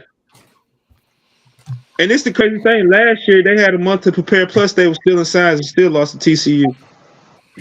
Yeah, and the year before that, that's because TCU turned it around on them. The same TCU that Georgia beat. The same TCU that Georgia beat was the worst beatdown in college playoff history, and worse until last night. Yeah, until Florida State last night. You know, shit the bed. So yeah. Well, 30 days don't mean shit for Jim. I mean, he can go out buy some kids some more hamburgers, do whatever. Oh. He's got his best friend back in the building. He got Charlie Strong in the building. We got so many analysts and coaches. And Charlie's the better coach, by the way. I mean, this the thing for Coach Khaki fans. He's more suitable. This is my opinion, but his coaching philosophy and how he likes to coach is more suitable for the NFL than it is for college. Yeah, and what I mean by that is, I ain't hear you. I was gonna say women's hockey. But look, but just think about it though. In the NFL, you only have to prepare for maybe 4 or 5 teams per year because you know each year you got 3 teams that you're gonna play twice. See what I'm saying? So you don't have to do too much of a lot of prepping for different type of caliber offenses. Whereas in college, he got to play against a spread one week, a power this week, a triple option next week, anything. So I'm saying, so his philosophy actually to me is a better coaching philosophy for the NFL than for college. All right, let me stoke your fire just one more time. All right, and I'm getting all this off of a show that Nick Saban Jr. done with a Michigan guy on their channel, in which he held his own, done a great job. It was a But good I show. also heard it was a great show, and I have to hand it to the Michigan guy. Okay, but our guy Nick Saban Jr. done a great job. But they was saying, and the Michigan guy was saying, that Jim Harbaugh is the better coach this year than Saban. He missed 6 games. How did that even make sense? How the fuck is he the best coach when he didn't coach half the season? Cuss on here? Yes. Man, that shit don't make no fucking sense. Are you serious? Remember, kids, crack kills. Okay. So let me. And by the way, this ain't a hold on. This ain't a knock against NSJ's show, by the way, because NSJ held his own. He represented the Tide well. I enjoyed it like I always enjoy his show. So I don't want him to take that as a knock against his show. But that statement is bullshit. Hey, listen. Well, no, it wasn't Junior that said that. He was on the Michigan channel. Okay, and that's where it was said. But here's the here's the brush that they're painting with right now. You're telling me, as a nation, they feel that it's the best thing for college football to employ a coach that had a cheater in his organization and then admit to it and then get punished for it. And at the same time that's going on, you fire a coach on the side for those sexual, charges against, the minor that we're not even going to bring up. So you're telling me this coach, this man, this leader of all this stuff that the FBI was at their campus is a better coach than Nick Saban? You are delusional. And look, the point the guy made was this season. Well, this season, that all happened this season. Everything I just said literally happened less than 2 months ago. I'm not defending it. Everybody goes, I'm on record for hating Coach Khaki Pants. All right. I've never thought he was that good. I just had this discussion with Coach Dude. I was putting him down when he was at San Diego State. I was talking shit about him at Stanford. I ain't got no love for the man. I think he's overrated, highly overrated. But how are you going to sit here and say just this season, just this body works just this season? We're not looking at the Hall of Fame career of Coach Saban. One season, you've got a team that look discombobulated and unorganized against Texas, and then you see them grow to what they are right now and beat the number 1 team in the country in Georgia, who is, on par with Alabama as far as physicality, as far as talent, as far as everything goes. 2-time defending national champions, and we go and we beat them in what was pretty much a home game for Georgia in the SEC championship because it's played in their state. How are you going to sit here and tell me that Jim Harbaugh had a better coaching job when he got to play Iowa in the Big Ten championship? Because Iowa wouldn't even be the 8th best team in the SEC right now. Can you imagine next year they're raising hell this year because Alabama got in 4th place instead of Florida State? Can you imagine next year when there's 6 of the 12 are going to be from the SEC in the playoffs, maybe 7? They might as well just have a tournament, call it the SEC Championship, and that'll just be the national title, and we'll invite some outside teams. I would put Ole Miss against anybody else in the country that ain't named Alabama or Georgia and give them a good odds of winning. Oh, especially next year? Now this the how much they paid over what's his name? I believe A&M. What's his name? I keep forgetting his name at Texas A&M defensive lineman. Walter Nolan. No, Walter. I wonder how much they paid. I mean, I know people are getting paid, but I'm just curious as to how much they paid him. Million. Hey, they're going all in next year. They're going in all next year at Ole Miss on that next year because they don't have Alabama on the schedule, and they got a lot of their home games, favorable games at home. They got a good schedule next year. Ole Miss they should be in the. They're gonna be in the top 12. I mean, there ain't no doubt about it. As long as they don't go out there and shit the bed. Be in the top 5. Now they're gonna be a very good team. To the guy that made that analogy about Coach Harbaugh, Coach Khaki Pants having a better year on the sideline than Coach Saban. I kind of question that because honestly, he didn't have the best coaching job on his own staff. The guy that took over for the how many games he missed? 6 this year. The guy that was the head coach for those 6 games actually did a better job than Coach Khaki Pants this year. And I'll say because of he kept the ship rolling, he didn't fall off, and everybody stuck together. So I honestly don't think that he did the best job on his own staff as the head man. So that's just all the way mute. Like stop that crap. You had the FBI on your campus, and they weren't there to conduct interviews of players. Like they were investigating something. In no way, shape, or form does that reflect on you being the best coach in the country, let alone a better coach than Saban. Where are you at in recruiting, Harbaugh? Do you even recruit, or do you just go sleep over at a kid's player's house that aren't getting highly recruited up in Michigan somewhere? Oh, God, don't even get me started on that when he stayed in the kid's clubhouse. I wrote him off then. Yeah. or didn't take his shoes off, or kept his shoes on in that recruit's house. Shit, like, hey, now I got to give credit to him. Now I got to take up for Coach Khaki Pants a little bit. Now, when it comes to recruiting, man, you got to do what you got to do, man. I believe I can. Kids and that coach, you just sleep in the sleep. No, I ain't doing that. I got to. I ain't giving it no damn credit. You don't lose 8-8. Hey guys, let me hold you up just for a minute. Y'all have back at it. Blake Miles, good to see you again, man. We hadn't seen you in quite a while. Glad you're back. Spencer, I hope you're feeling better, brother. I know he's really been under the weather, guys, so it's good to see Spencer back into the chat room. So that gives me hope for next Tuesday's show. Big time. Glad Thank to see you, brother. both of those guys, man. Yep, both of you guys. But I'm gonna take it back. Hold on. I'm sorry, Icebox. I'm sorry. I'm still fired. Go right ahead. You picked the perfect thing to try to fire us all up. I will go back to when Harbaugh was the coach at Stanford and tell you how he wouldn't even he was doing a disservice to the team being the head coach then. When you got what's the dude's name went to the Colts as a quarterback? What was his name? Andrew Luck. You got Andrew Luck, who was one of the highest rated quarterbacks in high school football history coming out. Mr. Ed. Yeah, Toby Gerhart, who was in the Heisman Trophy running. You got Richard Sherman, who was a receiver and then converted over as like a sophomore or junior to defensive back. You got all that talent, couldn't even win in the Pac-12 when they were down. It was Chip Kelly in Oregon, and it was nobody else in the Pac-12. And you couldn't even win the Pac-12. No wonder he's 0-8 or 1-7 in bowl games the last 8 years. The hell with Jim Harbaugh. Hey man, hey, I'm sorry. You like how I am with Coach Sanders when it comes to Coach Khaki Pants. Yeah, I can't stand him, man. I can't stand him. And it ain't just fandom hating him either. I just legit think he's had a lot of opportunities to have great teams and has never converted it. Coach Dude.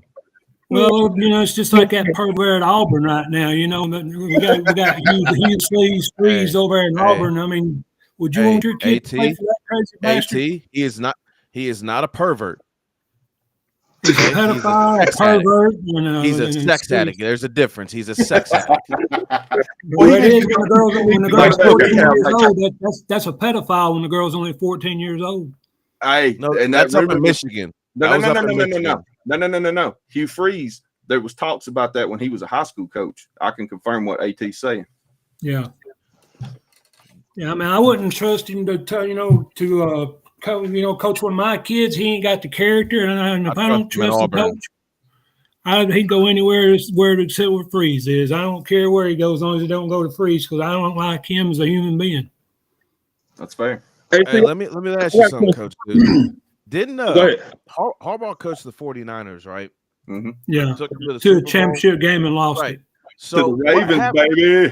But what happened after that season? A whole bunch of those players retired, right? Mm-hmm. Yeah. And a whole bunch of them had a whole bunch to say about Jim Harbaugh. So I question anybody that has anything positive to say. Go back and watch that. There's a video on that. Go back and watch what some of the most legendary players who have ever played the game had to say about that guy. No. They cut the damn lights off in the third quarter trying to slow the momentum of the Ravens and still couldn't win the damn game. You had like the best defense ever assembled on paper. You had Patrick Willis. Like that whole defense was just like, and the Ravens had a defense, and the 49ers defense was still better, and you still couldn't win. Easy. And now you're going up against a team, an Alabama team that's not only underdogs, not only been spit in the face for 3 seasons basically, and have been disrespected. None of them have won a national championship. Oh, they're not only hungry, they're ravaging. Like, hey, you just made me realize it has been 3 years since. Hey, you know that's something that now it's not a lot of fan bases can say that. Like, you know, we complain and like, damn man, it's been 3 years since we won a national championship. But other teams be like, man, it's been 10 years, it's been 20. Man, we ain't never won one. We sitting here like, man, like 40 man, before we got ours. But shit, it's been 3 years. They never went longer than 3 at Alabama without winning one. And guess what? We about to win one. Damn straight we are. Yeah. Hey, so let me ask y'all this. If Jalen Milroe win one this year right here, out of Nick Saban quarterbacks, how would you rank him as you know, 1 through 5, 1 through 6, however like that? How would you rank him? I don't think you can rank him. I think you got to rank the team. There's too much of a difference in the way the style was when we started winning to what we are now. There's too big a jump in between the teams. Coach Dude, can I borrow a subject that you laid on me when I was on your show live the other night? Remember when you were asking me which quarterbacks I'd rather have from the Alabama group? Mm-hmm. Go ahead and pose that question to the rest of these guys because I'd love to hear their answers, man. Okay, out of all the say, because no, we were doing who was better. We were doing a debate who was better. Okay, between Jalen and Jalen right now in their careers right now, who would you have? Jalen and Jalen in the Alabama uniform. Which one? Jalen Hurts or Jalen? Give me Milroe. You talk about in college? Yes, sir. Yeah, give me Milroe. Lucian. I like Jalen Hurts, but Milroe's just a little better all the way around. I can't help but judge Hurts in the first round playoff game against Washington. He had like 43 yards, and if Bo Scarborough don't go wild, that game's a lot closer than it should have been. He ran through that Washington defense. I can't help but think about that time. Here's what I'll say. I agree with everybody here in Jalen Milroe, and here's why. The difference is at this point in their careers, Jalen Milroe is a leader. Jalen Hurts took a year, maybe another year to become that leader, to have that locker room behind him. Jalen Milroe has that right now. And hey, first year starting. And let's be honest here. A guy, Ty Simpson, come in with a lot of hype, and a lot of people question whether he would be the starter or not. Milroe stuck it out and proved he was that man. Not me either. But Milroe stuck it out and proved he was that guy where you could say Hurts kind of left when Tua put pressure on him. I wouldn't say that Hurts left because, I mean, Jalen came in and did his thing against Georgia and pretty much helped us win. And that's great, but was he not wearing Oklahoma jersey the next year? Yeah, but I think it's more of he wanted to do his own thing. He graduated from Alabama, brother. You can't take that away from him. No, I can't take it away from him. But he still went to Oklahoma. Let me put some on y'all here, though. Go ahead. I'm sorry. But he got he was not the passer that he was at. He became that passer when he went to Oklahoma, Van. That's the thing. That's fair. He saw a chance to get more developed. I think that's what people need to think. So-called quarterback guru, but that's what a lot of people don't understand about the transfer portal. Sometimes it's not about money. Sometimes it's about the system. It's about this university make me the player to get into that next level. And a lot of programs don't have that coaching, so players will leave. And that's why I think the transfer portal is not always a bad thing, because you got to understand. Well, it's not. So kids want to get better. Kids ultimately want to get to the NFL. And if your coaching staff isn't helping you do that, if they're playing favorites or for whatever reason you're not successful there, and you can go somewhere else, I mean, I wish you the best of luck. I'm not going to hold anything against you. If you want to go better yourself because you're not getting an opportunity, because we have better players that want to grind it out, stick it out, by all means, go do what you do. And I agree. And he didn't try to transfer as a freshman either. He did stick it out for the majority. And I'll give him credit for that because I'm not a Hurts hater. I love the guy just like I've loved all the quarterbacks that's come through. But I'm just saying, I would rather have Milroe. Here's my pitch. Man. Hold up. I got to get this out or I'm going to bust a gut. All right. You asked Jalen versus Jalen. Jalen Hurts is a fine young man. Yeah. There ain't no doubt about it. He done a lot for Alabama. We still claim him even though he went to Oklahoma. But I'm going to say this much. Milroe had a lot of adversity. This has been nothing but a team that has basically just gelled as each game progressed. I have said what I said about Milroe. Every game, he done check boxes. He is a strong-hearted kid. He's got the guts to sit in there.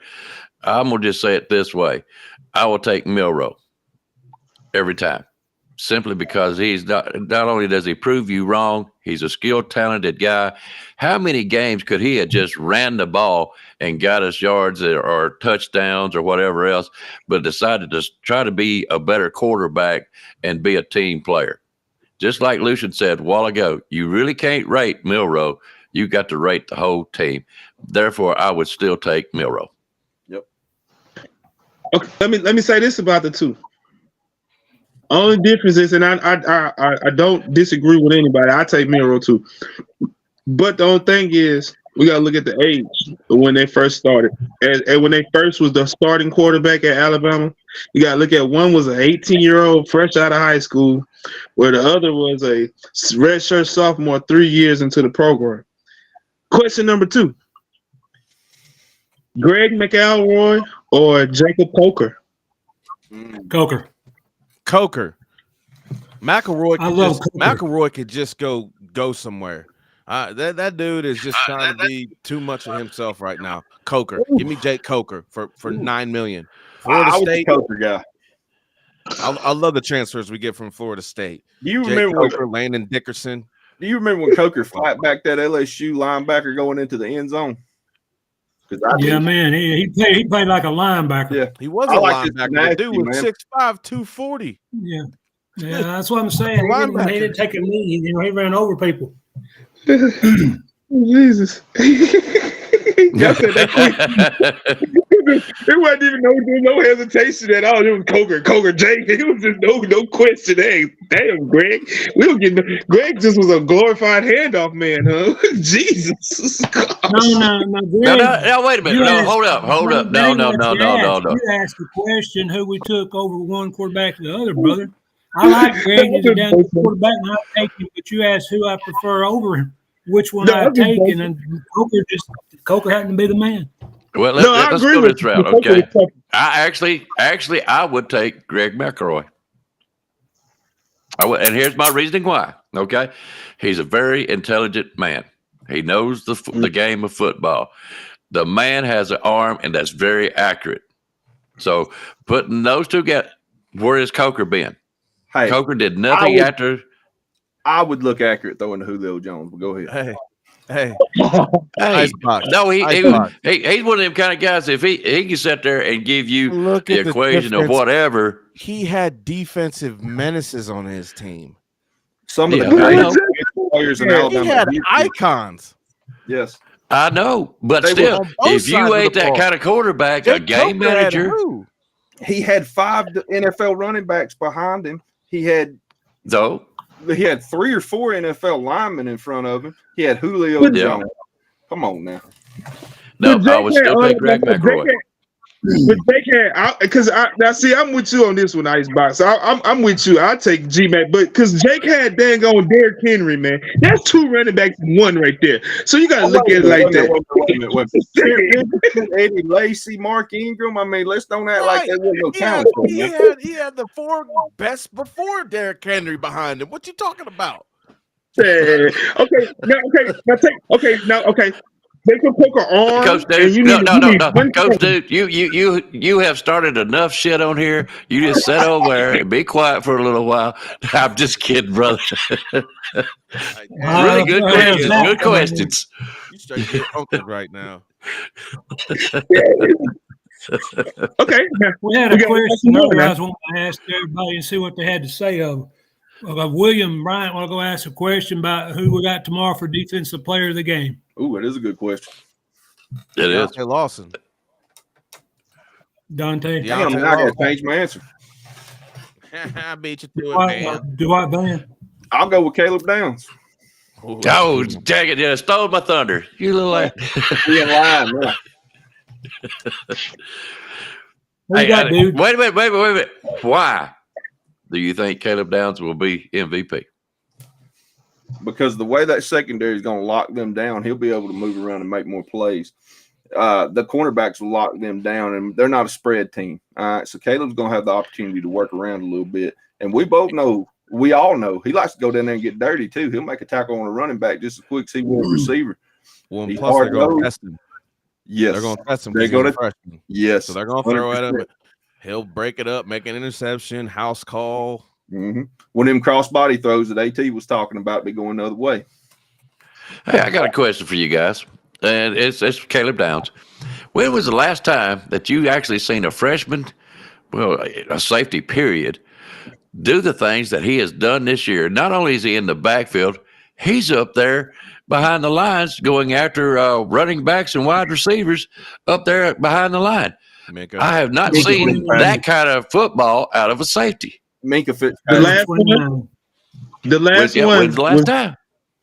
The last guy that played safety the way Caleb Downs played, suited up for the Baltimore Ravens and suited up for the University of Miami. Really? Ed Reed. Yeah, wow. I did a show with what's his name?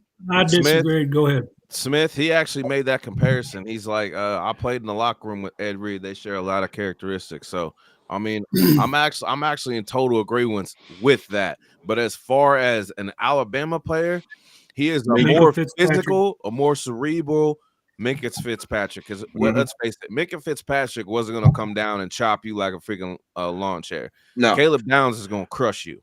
Yes, yeah, he does. Minka might get in the backfield and make a tackle for sure.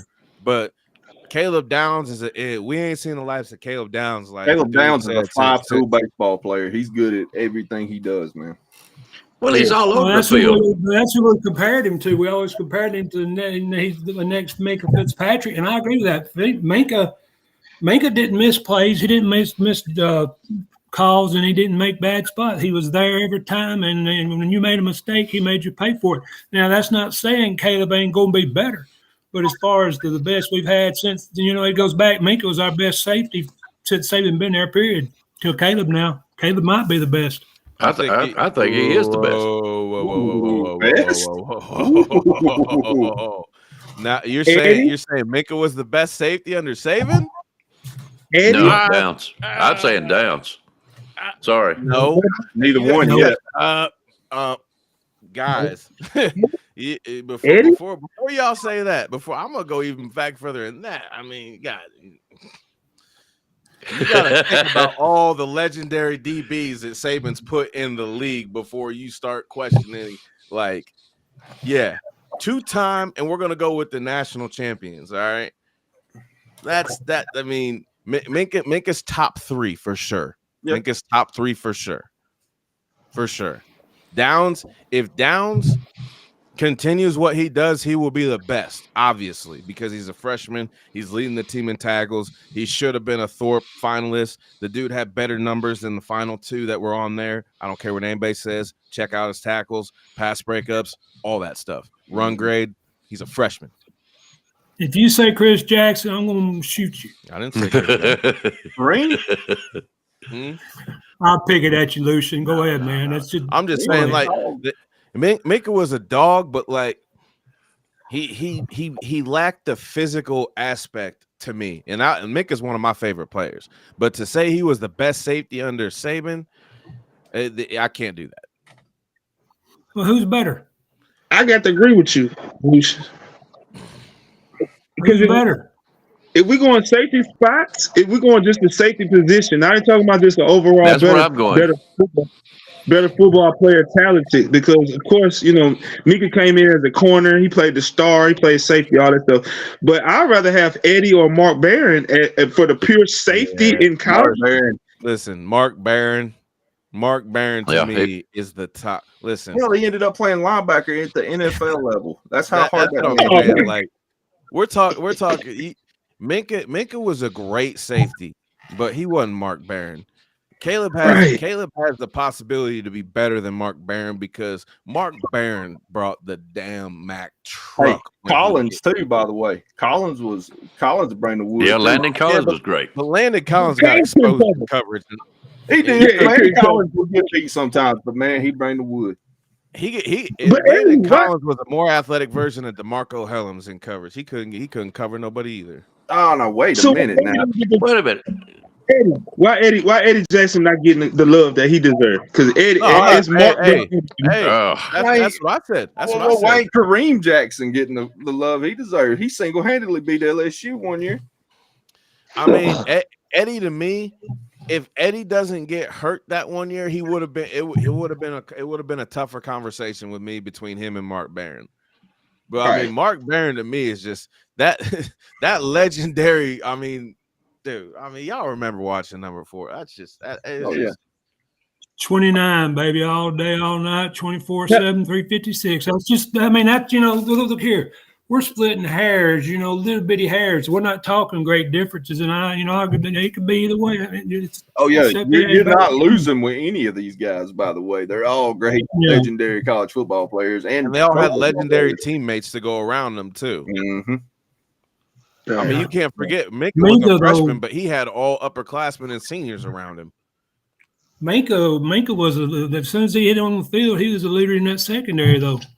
I mean, he was that intelligent. His game situational awareness and what he needed to do was second to none. And that's what to me separates him from all these other guys. Now, Mark Barron was more physical. Yes, he was. I mean, coming up to hit, but Minka's still in the NFL too. So who's the best corner? He was almost a decade younger, though. Who's the best corner? We're gonna have to. Corner. Best corner.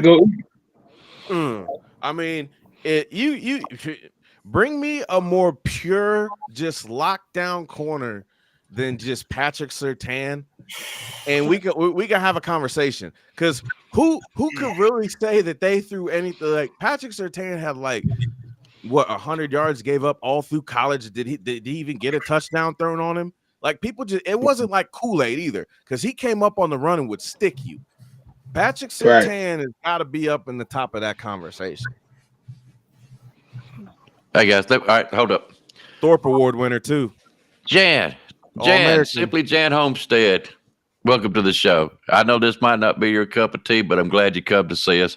Hope you stay just a little while, give these crazy idiots to impress you a little bit. But these are good football guys. Look here, nicest thing I've heard all day. Yeah, ain't that true? Yeah, you got that right.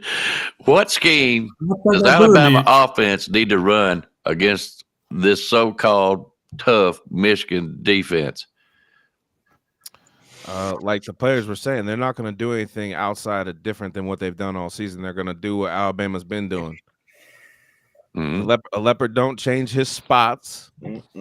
A bird don't just magically grow ability to breathe fire. Like these aren't things that are going to happen.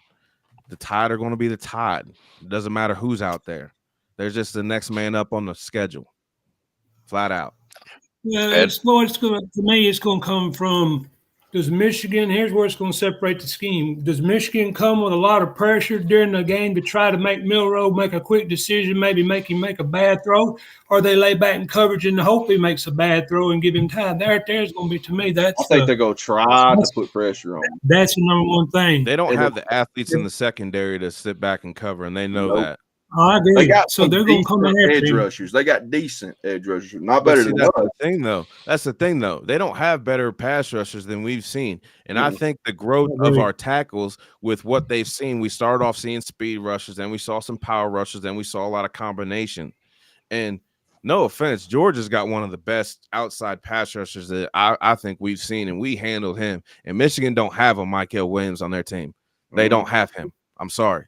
They might have some dudes out there, but I think our tackles are more prepared, and most importantly, our running backs are more than willing to come up and smack you if you do get around. And Tommy Rees, most importantly, has schemed against leaving our tackles, specifically Caden Proctor out in an island. And Jalen Milroe motioning the tight end, that's going to help too. I don't think that anything Michigan does is going to dictate anything that we do. I think Tommy Rees has a scheme and a playbook, and I think he's going to stick to it. We had another question pop up in the chat that I wanted to get to. I didn't want to pass it by. Brittany B asked, who will be the standout wide receiver tomorrow? And I want to drop a little stat for y'all. All right, let's see here. I had this bad boy pulled up just in case. Jermaine Burton is averaging 22.2 yards per reception for Alabama, which is the best in the country for any player with 32 or more receptions. He also has 53 catches on the year and no drops. Bingo. We talk about growth out of a player. How about a growth from him from last year to this year? And the question you can also ask is a part B to that is which receiver does he trust the most, and that'll give you your answer. Mm-hmm. He hasn't dropped a pass all year. Wow, that's a good ass stat right there. I did not know that one. I disagree. All hands Burton. I disagree because I think they're gonna try to take Burton away, or they're gonna try to take Isaiah Bond away. Either way, you still have Prentice. You still have Kobe Prentice. Mm-hmm. Kobe Prentice. Kendrick Law. And Kendrick Law too as well. But I'm more in the scheme of what Jalen's done. And Kendrick Law is my favorite player for sure. But he more likes to hit that Kobe Prentice on that seam. And most importantly, if they do bring pressure, our tight ends are fast. They get in the open field, they're gone. That's why I think our leading receiver, we might mess around and have an OJ Howard type of performance from one of our tight ends tomorrow night. Ooh, I'd love That's why I was talking about Martin Eblack. That's why I was talking about Martin Eblack a while ago. I think he would be a big player. But I'm going to tell you something. Don't forget this. Jam Miller in that wheel route, because Michigan's linebackers are slow. They're not going to get out there with that traffic coming across them. Jam Miller going to be just like he did last week. He's going to be running clean out in the middle. Wait a minute. Jace. I got a question for you, Lucy. Jace is back. Jace is back 100%. You sure it's 100, not 80? He said 100%. Saban said 100%. Yep. He's back. He will be starting. I'll take 80% of Jace over most running backs. Everybody forgets how consistent that man is. He's an automatic 5 yards. And just with that, that's just another weapon that we have that they're not going to be ready for. They're not. They haven't faced running backs that are boulders, as we call it. These dudes aren't small. They're by the way, they're strong. They're multifaceted. By the way, they got hands too. Exactly. All right, I got a question for y'all, especially Lucian. Okay, you said something about, or somebody said that we shut Bonds down, or they will cover Downs, and they will cover Burton. You just about have to have a 2-man person covering Bonds and Burton. Okay, you know what I'm saying? My point. When you do that, you're taking away your spy. Yes, that's exactly what happens to leave. Guess who is wide open to make a run if he's got no ball or no pass to make? Who's going to take off with his legs? I mean, Milroe, yeah, but I'm more so seeing him just sitting back there and being just dynamic with his arm. I hadn't seen anybody in one-on-one be able to cover Burton all year. Who's been able to cover any of our receivers one-on-one? Don't necessarily reflect that, but we've seen him be wide open a lot of times this year. Van, what DB has been able to stick any of our wide receivers? The only reason that hasn't worked is because they've either had routes ran into the same direction of the field and there's too many defenders, or there's been pressure, or they've got their signals crossed. There's not a DB that I think Michigan has that can stop our top 5 receivers at all. They ain't been tested all year. They ain't played a good quarterback all year. No, and they don't have DBs. They don't have wide receivers that are dynamic to test them in practice every day like we do. Bingo. We got guys with quick feet that our DBs have gone against, and at the same time, our guys have to go up against 6'1", 196-pound cornerbacks that can run with them, that hit. It's just it's a different monster. They have iron number one sharpens group. iron. Yeah, I mean, Exactly, and we're iron like through our third team and fourth team. But Williams' question when I go was, who we thought the best defensive player would be, and let me answer that because I forgot about it. I got two, and I think it's going to be the stop and the run to be, keep them from running between the tackles. I think Otis and, like y'all said, Tim Keenan, I think they're going to be two of the guys up front because you cannot block them two big bastards one-on-one. If you try it, they're going to eat your ass up. So I think as far as now I know Caleb Downs back there in the secondary is very, very, very important, but we're going to have to stop their run first because they are a run first, run second ball club. And I really think that Otis and Keenan are going to be two of the – I know Otis is on the outside kind of, but I think they're going to be two of the primary ball stoppers. Hey, Boyby, we said it last night. Boyby too, yeah, he's in there.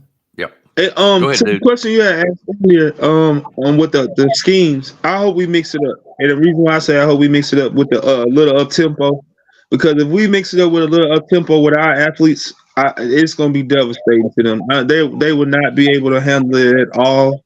And I keep going back to that Maryland game. That Maryland game when little Talia went to kind of being a little up tempo on them, they was just moving the ball up and down the field. When it comes to the wide receivers, I just think that 84. I think 84 with he's not that physical guy. He doesn't want to sit there and put the hands and block. So how Coach Reese likes to put him in space, and with them using the spies like everybody was saying, I think Nabla 84. I think he's going to have a huge game. One thing I do want Jalen to do this game, man, is when we was playing Georgia, those crossing routes, Lord, man, them crossing routes was wide open all freaking game, man. And if he can just hit them crossing routes this game, oh man, he might have 350 passing. Just mark my word, I ain't gonna say 350. I'll give you close to 300. He can have 300 yards passing easily. I want to play off of something you just said. Going up tempo would take Michigan out of their comfort zone real fast because we would make them have to play from behind, which is something they're not used to doing, and make them play a different style that they're not comfortable with. And that's very, very important. But you guys also got to understand who the offensive coordinator is. Where we've seen some of the up-tempo nature of it, it's still going to be joyless murder ball. Right. Oh yeah, right. It's going to be. It's going to be grinds down teams with less depth. Yeah, and I don't want to. I'm not talking about like go up tempo and throw the ball around. No. I'm talking about like go as in speed up the running game. Because if you look at when we played Tennessee and when we played Ole Miss, when we kind of went up the up tempo, but we pushed the ball as in ran the ball with the up tempo, it opened up everything else, and it opened up the play action to go deep. See what I'm saying? And then it helps for them big guys that quote unquote Michigan does have on their defensive line. You can't sub. Now, if I got leaning on you like that, and you're already kind of gasping for air in the first quarter, that's 7 points easy. You see what I'm saying? Here's the thing: we run the ball, it's going to be so long of a night because they don't have they don't have depth. No, to just be able to bring in like another wave of dudes. And like you just alluded to, Caden Proctor gets leaning on him. He ain't the only 360 pounder. We got another 360, we got another 350, we got another 330, and we got a 310 guy. They haven't had to deal with that type of size and that type of movement, and we're going to be fresh. See, what a lot of people fail to take into consideration week by week in the SEC, especially later in the season, it's a gauntlet. You're facing high caliber NFL prospects every week, and it's back-to-back weeks. So your body doesn't get the type of mental rehabilitation as well as your body doesn't get that chance to rest. Well, all of our players have had that. They've had time to watch film on what they need to and what they don't need to do. Tommy Reese has had time to be like, Jalen, listen, you missed so many crossing routes in the SEC championship game. We could have ran up in Georgia by 52, but here, if it happens, you can do this. I'm telling you. 6-0 staff, Yahoo Sports, damn it. I was waiting. Clickbait. I had to look at I had to kind of look at that real good. I'll say one thing. when he was recruiting Dre Kirkpatrick Jr.'s son, one of the things he told him was, he told Dre Kirkpatrick, he said, I want your son to come play for Alabama, and I want to be here to coach him. So I believe he's a man of his word, and I believe he'll be here for the process of him being here. What? I don't think he's going nowhere yet. He's having too much fun still. You can see it in his face, man. You know, and you know just as well as I do, this year has been more fun to Saban than he's probably had in the last 6 years. Hey, I'm gonna say last. You wanna know something scary? All right. So Man, it ain't Halloween now. Hey, but this is just a New Year's Eve kind of just little thing to keep in the back of y'all's head. Let's just say a certain NFL legendary coach gets canned at the end of the season like everybody thinks he will. Do you think what type of defensive madness would happen if Bill Belichick came and was an analyst for Nick Saban?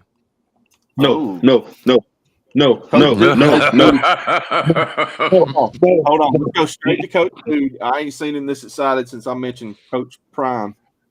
They ain't excited. That's called aneurysm. I'm gonna tell you why.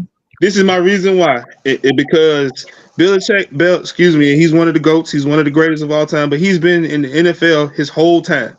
And the NFL offenses are one way. They kind of a lot of them are geared towards the same thing. Whereas in college, man, that's just a different. It's different. And a lot of those guys try to drop down and they hurry up and run back to the pros because they it's just a difference between going from. But no, keep that. But young. Hey, but listen though. On the other side of that, to play devil's advocate, he's also been one of the greatest students of the game. So you put one of the greatest students of the game to actually be hungry to come back and learn a new system in football. Now picture it that way. He ain't leaving the pros to go to college. He ain't going to go coach college. You can forget that. I mean, I don't know what I mean, but hey, Alabama Todd. Hey, I didn't say coach college. I said after he gets separated from, which he probably will, him and Nick Saban are very, very good friends. They'll stay in touch. You talk about as an analyst, though. Is that what you're trying to say? Mm-hmm. I don't see it, but hey, you never know. I mean, he could do what he wants to. Like you said, they're good friends. I don't know. It's just he's like a smart dude. It's not nothing I'm saying is gonna happen. I'm just saying, wouldn't that just be? What if? Yeah. No, that ain't a bad idea, Lucian. I mean, you're right. That ain't a bad idea at all. It'd be great. You tell me the man don't know football. And if it'd be great. It just and like for you said, to re-innovate itself and to get that youth back. You see what I'm saying? That founding youth. It would be great. I can't understand that. It's just for me. We bring in this old dinosaur, and I know this old dinosaur is still a great. He still does what he do. This is like a classic car. When you pull it out on the weekend, you still shine it up. It still ride good. It's still great. But you put that car back up for a reason. See what I'm saying? You don't bring that car out all the time. No, but that's why. But we need these young men. This is a young man game now, man. It's starting to turn into a young man game. Them old folk getting pushed out the way, man. You know, and I just don't want to see like with Coach Saban. I want him to go out on top. I don't want to see him what happened when Coach Pyle up there at Penn State and what happened with down in Florida State. I just don't want to see those guys, kind of the game outlive them. I know Coach Saban is different. I do know that he's more in tune and with everything. I do know, but man, when you get a lot of old guys on the staff, no matter if they're analysts or no matter if they're position coaches, the young kids kind of push away from that a little bit. I'm just looking from a personal aspect of it and from what I see on the daily. See what I'm saying? I've been on the coaching staff, old guys, and everybody kind of kids was like, nah. And I've been on. I'm not talking about just some old guy.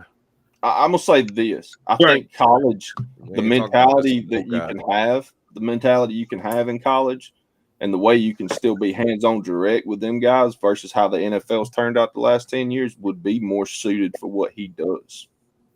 Well, if Khaki Pants goes to San Diego, y'all think Brian Kelly goes to LSU? To Michigan? That's what everybody's screaming. I mean, I don't know. Don't really care. And then again, what's to keep San Diego from hiring Belichick if New England fires him? Not that he'd That'd want be to. Not that he'd want to, but That's that'd too be a warm of crazy weather. move. Belichick ain't gonna be able to wear his hoodie out in California. That won't work for him. it'd burn his ass up. Yeah. AT, okay, but let me ask you this, AT. If Coach Kelly does that, would that be smart on his end? Because just think about the resources and the recruiting base that he got at LSU. I think that'd But he be wouldn't a have bad to recruit against Saban. He wouldn't have Yeah. to recruit against Ole Miss, Kirby, and Nick Saban. He could have, the North, which is okay, I guess. Yeah, but we seen that at Notre Dame. We seen how he turned out. I don't know. That to me, that'd be crazy. Hey, let's be realistic. What he did at Notre Dame was fairly impressive with the way they recruit, and they have restrictions on their recruiting in comparison to what he's got to do at LSU, because you got to have a certain GPA to get in at Notre Dame. It ain't like trying to get in a lot of other schools. So for him to put a team together that played in a national championship game in 2012 and competed in the playoffs another couple of times, he didn't do that bad of a job. But do you think he'd go back to Michigan? LSU's got a lot going for it. Ooh. But Brian he's from up north, right? I'm assuming the way he takes his southern accent. That's what I'm saying. I think he'd be more comfortable with the people he grew up with, if you will. He's more comfortable with what he knew. Down here, he's had to learn these Southern kids, and I don't think he can win big time at LSU. He's going to win, but not big time at LSU. No. I agree with you on that. He caught Alabama in a weird year last year, and he had better quarterback play out of his quarterback this year, and two of the best receivers in the country, and Alabama still beat them by double digits. So I got a question for you, Van. North than it would be to coach down here. Yes, I agree with that. I got a question for you, Van. Notre Dame typically play. We know everybody got 12 games scheduled, but how many teams are relevancy that they play per year? Oh, I'm not giving them that like they play a tough schedule, but you got to give them. So that's what I'm saying. So with Coach Kelly, if you playing Army, Navy, you playing Little House of the Poor, you playing Little Flower, you playing Nike. Not Nike. You playing? Wait a minute. I went to Little House of the Poor, man. He's up. I'm just saying, you playing nobody's. You only playing USC, and you caught USC down. It wasn't like he caught USC with Pete Carroll or nobody like that. He caught USC when they had Tom Herman or whoever the hell that was out there. He caught them when he had them. And then when they went to the ACC, when they had that bogus ACC schedule, he didn't play nobody. He played the bull craps of that too. Of course, you're supposed to win. Who had more bowl wins? Him at Notre Dame with recruiting restrictions, or Jim Harbaugh at Michigan so far? It's got to be Jim Harbaugh at Michigan. Yeah, Michigan, man. Right. This year. Come on, man. Jim's had more bowl wins in 8 years, yeah. Kelly was more impressive. But he beat Ohio State 3 years in a row. Now, can Notre Dame say that? What's that? Coach Khaki Pants did beat Ohio State 3 years in a row. I'm just saying he did pull that off. And they do work. Yeah, that's true. But I'm just saying. But with Coach Kelly, like I said, he didn't have to play nobody. He beat up on nobody. He's been in more title games than Jim Harbaugh has. And that's true. That's true. I give you that. I give you that. But okay, now so whoa. Now since 14 playoffs, how many times has Coach Kelly been there? I know of once because we beat him. And how many times has Coach Khaki Pants been there? Twice, and we beat them once, and then Georgia beat them. No, Scott, sorry, TCU. No, how many championship games? No. How many championship games? Harbaugh ain't never been a natty. Nope. Kelly's been a natty. And he still ain't going to after tomorrow either, by the way. Wow. That's right. Let me throw 2 cents in. I think that Brian Kelly would do a better job at Michigan than he can do at LSU. For the simple reason that you've got Michigan, Ohio State is your top 2 dogs up here in the Big Ten, the Northern region. They get their picks of the athletes up here to gather up. Notre Dame is more of a restricted school. Penn State's not going to do it. Who else could even be thrown in the mix? Hardly anybody. So Brian Kelly would have success up here. And let's be honest, if Ryan Day stays at Ohio State another year and does nothing, he's setting them back. But he is going to be there for another coach I don't like. I'm just saying it's the Florida State syndrome. You don't want to come to Florida to the SEC because you're not going to go nowhere. You're not going to win anything. LSU's the same thing. You're not going to win big time down here, Brian Kelly. You ain't got what it takes. Okay, but he can have success up north with Michigan. Is what I'm getting at. I've got a list of 5 coaches that I think are highly overrated, and Jim's on that list. Ryan Day's on that list. Lincoln Riley's on that list. Jimbo got fired. He was on that list. And Hugh Freeze at Auburn. Hugh Freeze had one of the most talented college teams at Ole Miss. They couldn't even win the damn West. I get tired of hearing how good he was there. He beat Alabama twice. Cool. Did he ever win? That's all they do. Did he ever win the SEC? Van. Hey, can I give you some insight on a recruiter? Hold on. One second. Van, you have to recognize every coach for what they're good at in that situation. Okay. Lincoln Riley is good at holding not the best coach. Hands. He is a quarterback guru, per se, as they like to say. So, and then those other guys might have, like Ryan Day, he's really good at talking to the media.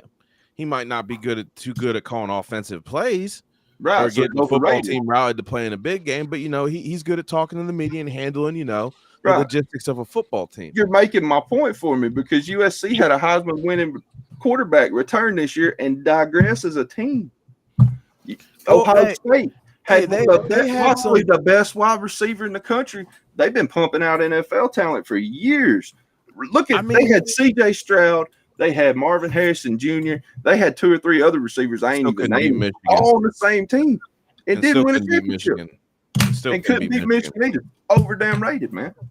If they couldn't beat Michigan, I don't know how anybody expects Alabama to. It's just crazy. Oh, I know. Wow.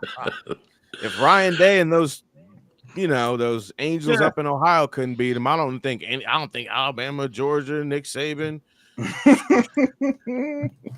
With all this is fixing to happen, with the Pac-12 being dissolved and ACC being robbed and the Big 12 being robbed, where does Notre Dame go? Can they stay independent, or are they going to have to join a league? No, they'll stay independent. No, it's going to be even easier for them to be independent and play in the playoffs now. Because the playoffs, they made it easier.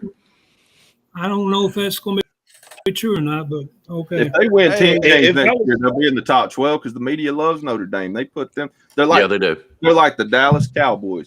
People love them, right. And I don't understand it. Every year they show up and then they fade out. Every year. I mean, guys. But see, from a business aspect of it, if I was Notre Dame, why would I join a conference and have to share revenue when I got all the revenue from NBC by myself? Yeah. Yeah. Actually, Notre Dame is doing what Texas wanted to do, but couldn't pull it off. Right. For now. What's Notre Well, now Dame Texas doing? is over here now. What's Notre Dame? You're talking about Notre Dame. Notre Dame, they don't have to. I'm going to tell you that right now, guys. You talk about people up here in the north, they got money. They're not dependent on any kind of contract with somebody. And you're right. The media loves Notre Dame. Okay. So Notre Dame does not have to join anybody to do what they want to do. Okay. All right, guys, that being said, they're still living off the New Host championship years. New Rockney, all that. And I'm going to tell you, I've been to their stadium. It's a gorgeous place. Everything. I mean, it is just a beautiful place. It really is. It's easy to bring recruits in there. Okay. But before we move on, ain't nobody trying to go there in the freaking fall or winter. No. But of course not. But I will tell you, they got some. Never mind. I won't go that route. Wait a minute. A wild Jeff Stapleton. I just finally found it. Been looking for him ever since he said his 49ers were going to stomp my Ravens out. Where you been, Jeff? All right, guys, we're going to be pushing on time. I want to do this. and we said it at the beginning of the show. I want everybody's predictions, including the chat room. I want your predictions on who wins by what score, so I can go back and see who really got the closest out of these playoffs. Alabama versus Michigan, Texas versus Washington. What's your score? Who's going to win? It's just for fun, guys. Sorry, no money attached. But I just want to hear y'all's opinion. Well, start with whoever you want to. I'm gonna tell you what. I'll go first. Okay, go ahead. Hey, all right. For the Washington and Texas game, I got an upset. I think Washington will pull it off, 31-24, 31-27. For the Washington and Texas game, I got 31-27. For the Alabama-Michigan game, roll down tide. Piss on Michigan. I got us winning 31-17. Salute y'all. Roll down tide. I will see y'all tomorrow. We all love y'all. I love y'all so much. I'm going to listen it in chat. Hey, Rob, man, my scores. Did he? No, he didn't. All right, AT, you sat next to him. Go ahead. I did. I had Bama 31-17, and I had Washington pulling an upset 24-21. I mean, they're almost identical. Okay. All right. Hey, chat room, I want to hear your answers too, guys. I want to hear them. I want to see them right down there. All right. But I swear, I wrote it down right here, the scores. I mean, and then he said them. I said, I couldn't believe it, me and him within a field goal of each other. Let's hear it, Luke. Now, is that the Alabama-Michigan game? Alabama-Michigan. Yeah, I got Alabama beating Michigan 31-17. All right. And what about the Texas game? Texas-Washington. I got Washington actually beating Texas 24-21. I got just about the exact same scores he had. Okay. Ben, you look like you're ready. No. Lucian, go ahead. He's thinking hard. I can see the smoke. Deep thought. He's fixing to come with something. Oh, yeah. All right. I'm going to go Texas beating Washington on a last-second field goal. 41-38. 41-38. I can see it. And as far as our game, I predicted pain, and I'm not going to change that answer.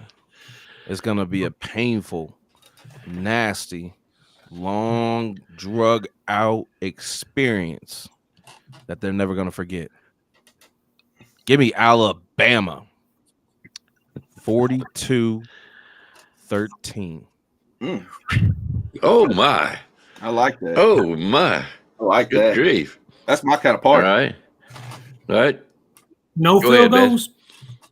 Well, as far as Washington and Texas goes, to be honest, I don't really give a damn. I'm going to pick Washington.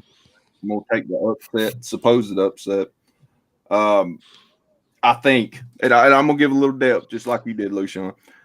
I think Ewers gets hurt.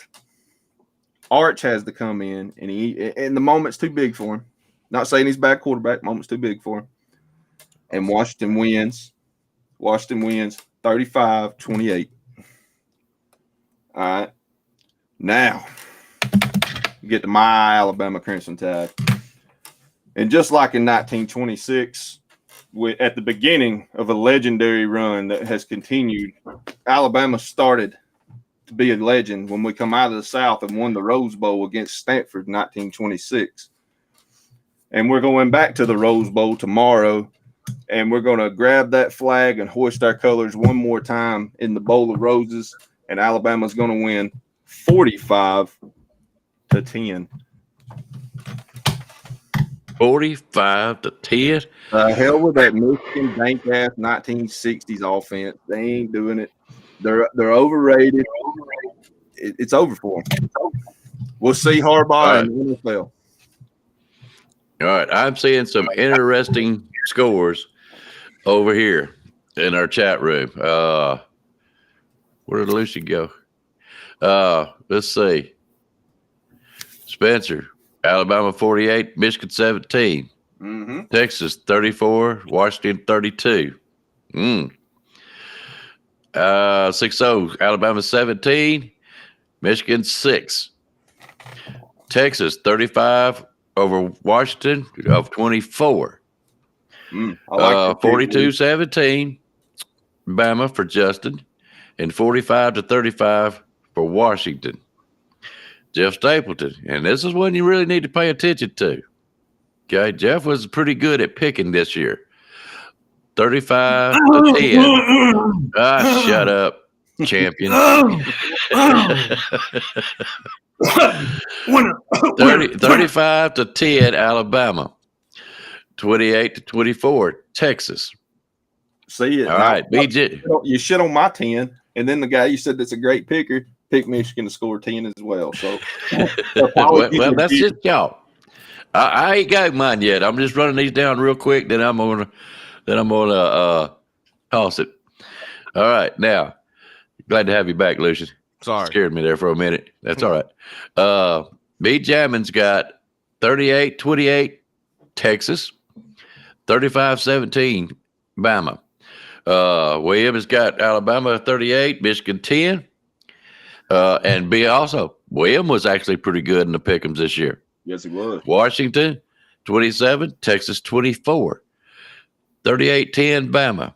28-17, Washington. I don't need you to highlight Joanne's prediction there. Fantastic. Okay, let me see what she said. Alabama will win. Michigan's going to shit and fall back in it. I only care about one. 42-27. Love it. Good one. Justin says that Penix is going to pick apart Texas. Will not. All right, let's see. Looks like that's most of the scores. Okay, my turn. I'm going to tell you, I think, my opinion, that Texas will win this ball game. The score, Texas is a very good team, and so is Washington, but I believe it's going to be a score like 24-17, Texas way. Alabama, Michigan, y'all don't throw no apples at me. Alabama wins 27-21 is my score. What? I'm not gonna throw an apple at you, but I'm coming out of left field at you. I'm coming out of left field at you. If I had an apple icebox, your ass would be cracked right now. Icebox. Shit. Icebox. What are you going out there and smoking? You smoking some of that Cali damn Kush? Because I'm telling you one thing. You really think that their running back or I said their quarterback is going to be able to cross the pay dirt against us not once, not twice, but 3 times? 3 times. We will win by 2 field goals. Doesn't matter. As long as we win by 1. But I'm giving you a realistic prediction. Damn shame. I don't care if we win by 1 point. It could be 21-22 as long as we win. He's too close to Notre Dame. He lives in Indiana, guys. You got to remember, hey, Lucian, you know just as well as I do, I don't live that far from Michigan, and you know they're legal. Kinda. Okay, me neither, but I'm still, there's no way in hell that Kevin Steele is going to get outdueled by Captain Khaki Pants. It's not going to happen. There you go. I'm writing this score down. I am writing this score down. Hey, and you know what I want you to do? I want you to write something in asterisks right under it. Lucian says Kevin Steele is going to take that score, them 3 touchdowns, crumple it up, and send it in the transfer portal back with Buckner to take his ass back to Notre Dame. Throw a little PS under that, by the way. I want your New Year's resolution. I want your New Year's resolution, Icebox, is I'm going to not doubt Alabama's defense anymore coming next year. Oh, I don't doubt their defense. No. Luck happens. Okay? Luck happens. And that's what I'm saying. You don't have luck. You don't have luck when you've been called out for a cheater and recognized it. You don't have luck when you've been suspended 6 games out of the season. You don't have luck when you don't have the courtesy of playing Nick Saban in back-to-back weeks. You do not have the luxury of having luck when you face the Alabama Crimson Tide with almost 30 days to prepare for you. Preach, brother Lucian. We do not have Booth O'Brien. Most importantly, we don't have drunk Golding coaching our defense. Hey, Lucian, We ain't going to not be playing in gaps. Our players are disciplined. I hope y'all are right. I really. Hey, man, you know what? Hey, if once they go 35 and they're something like 10 or something like that, I will be the happiest man on earth. But being realistic, and let's put it this way, I'm also the guy that said Tyler Buckner for our quarterback winning the Heisman this year. So I'm going to go with 27 and 20. That's why I made that joke, because I remember when you said that shit. You could take it with Tyler Buckner in the transfer portal. Yep, grabbing his little ass like he was a bowling ball, toting him around for the first 3 or 4 games, and now finally. Hey, lacrosse is a real sport, guys. Come on. Let me ask y'all a question now while we're doing this. What do y'all think when Sayin comes in next year? He's already there, I know, but next year you're going to have Milroe, Sayin, and today it come out. Somebody, I don't know where it come out today, is asking about Simpson. He said he don't discuss his career for now. Y'all think he's thinking about the transfer portal? Oh, yeah. I've been thinking that since like week 6. I mean, at the end of this year, do you think he sticks it out one more year to see where he is on the totem pole after Milroe? He gone. Who's that? Simpson. Ty Simpson. I thought he might stick one more year just to see how it fares with Sayin, the next year after Milroe graduates. No, because there's a guy called Dylan Larnagin. Well, there's a Lonergan kid there too, but I don't know. That's why I was hoping the kids stick around, but if he don't, he don't. That's why I was asking y'all. I'm not too gonna be too hurt if he leaves. I'm not either. No, I'm not either. I'm not too high on him. I'm more high on Dylan Larnagin, and I'm real high on Julian Sayin. All right, guys. The score or the weather tomorrow, according to 6-0, sunny, 62 degrees, perfect football weather. So really, what that boils down to is who's the better team in good weather. I think that might hurt Michigan a little bit. Mm-hmm. I do too. Because they always err on the side that they're playing, like when they're playing big games, it's always got to be in the cold. They always got to weather the elements. The team has to play to what they have to do. Now they're playing at basically a neutral field, and I don't think it's going to work out for them. I agree with something Rick Stapleton said, by the way. He said, who's Michigan played? Nobody in the SEC till now. They said Penn State's defense was number 1. Ole Miss said bullshit. Let me put that up here. All right, guys. I've had a lot of fun tonight. I hope y'all had too. Coach Dude, we love you. I'm going to put this up one more time just because I love Coach Dude so much. There you go. Remember, rated R. So if you go there, remember that. That's all I'm going to tell you. But anyways, guys, if you got anything else you want to say for tonight, don't forget Next Saturday Sports Talk TV. We love the guy, and we've always got to do that. And don't forget Kangaroo Black. Lucian, you want to plug what you do, bud? Yeah, you can find me on Twitter, Roloose21 if you're on there, Lucian Graves if you're on Instagram or Facebook. You can find me on Tuesday nights, the Bama Standard late night show, The Final Whistle. I'm on there. You can also find me tomorrow on the Bama Standard for the post-game show. I'm going to be on there with all the normals. We're going to be talking everything that happened, game reaction, all that good stuff. And stay tuned because, like I've said and alluded to before, the final touches are being put on a show I'm about to bring to the Bama Standard Network with my partner in crime above me, also in the Bama Beanie. So watch out for that, Bama Nation. It's gonna be a fun time. Yeah, make sure y'all let us know. I've already asked Van, but we want to make sure when that's coming on because I want to catch it. And do me a favor, Lucian. When Bama beats Michigan tomorrow, 27-21. Don't bash me too bad, brother. Oh, no, don't bash me too bad. Don't do that. Damn, I let it go the first 3 times.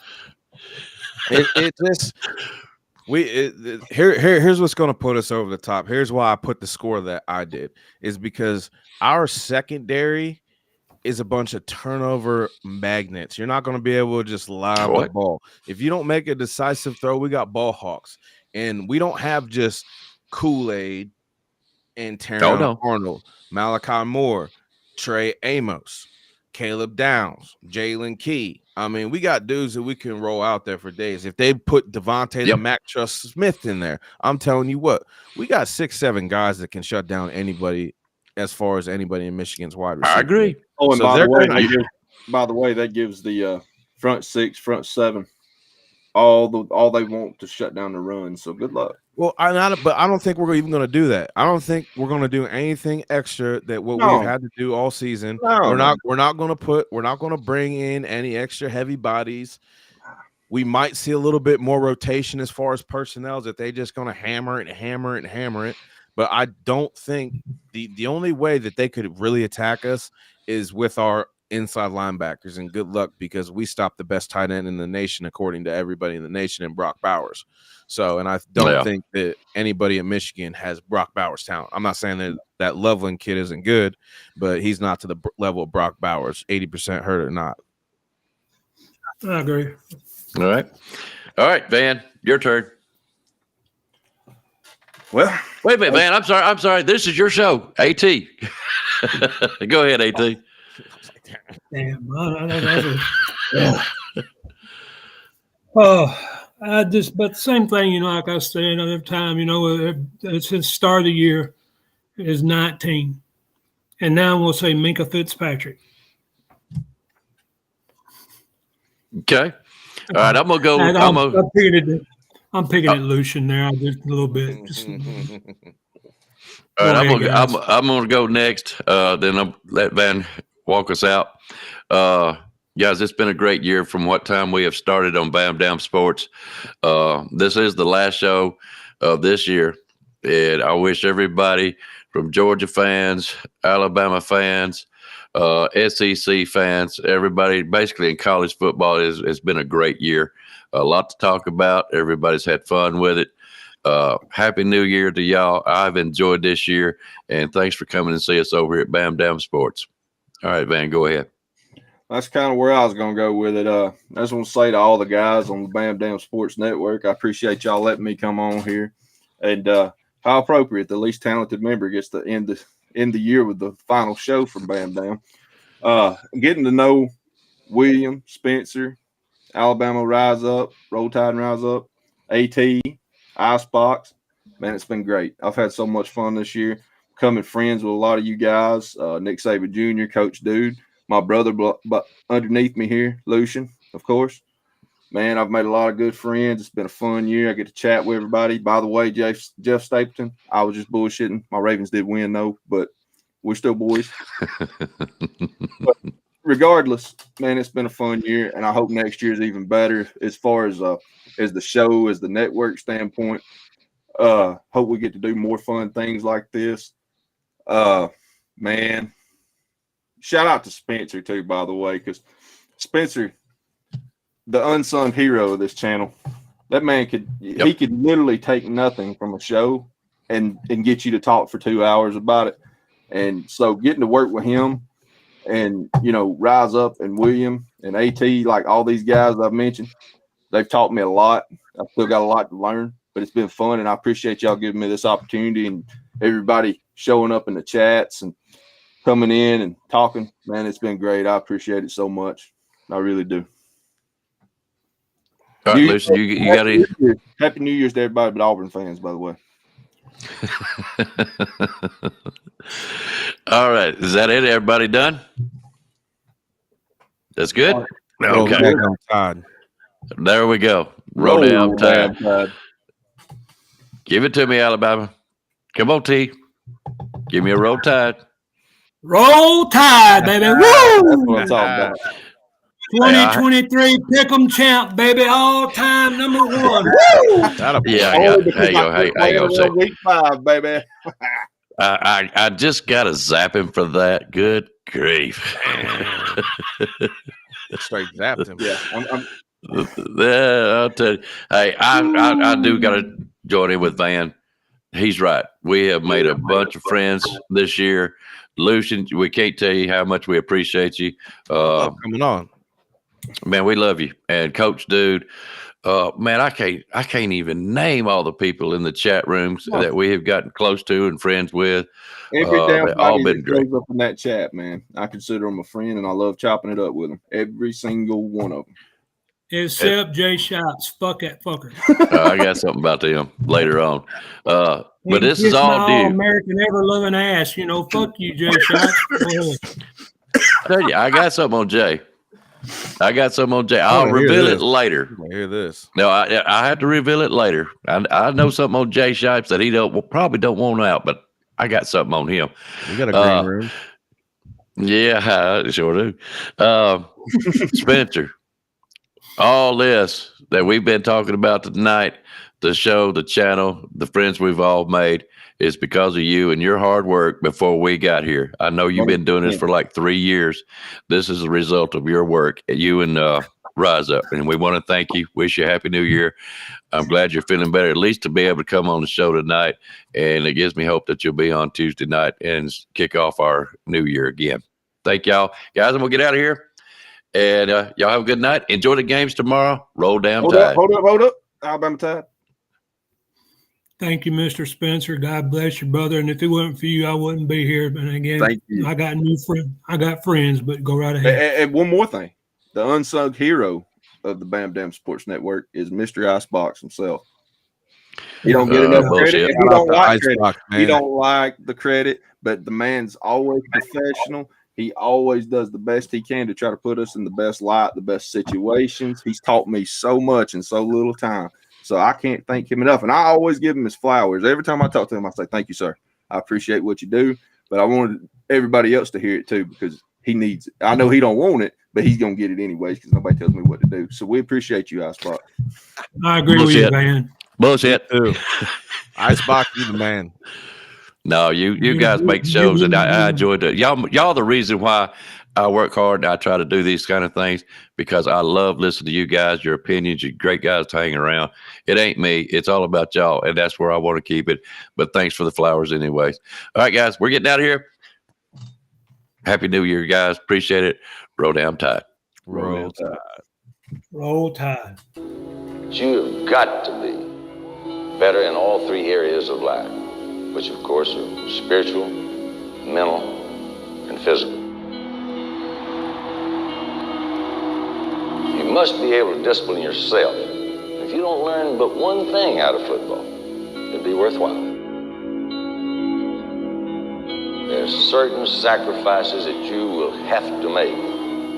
There are going to be many sacrifices you have to make in later life. To fight. Oh, I don't mean fist fight. I mean to get up and come back and get up and come back and get up and come back again after you've been knocked down. And that could happen to you in later life. But if it does, you're going to know how to handle it. There's no one that ever has or ever will accomplish anything alone. I've read about self-made men. That's Tommy Rot, as far as I'm concerned. I don't even know how to define intangibles. And I know that if you learn these lessons, you'll have it. And if you have it, you'll win, and you'll be better prepared in those 3 areas of life that we've been talking about. That there are going to be times for everyone that you're going to get discouraged. But if you never lose sight of your objective and never give up on yourself, if we do that as a team, 11 at a time, 4 years from now, why,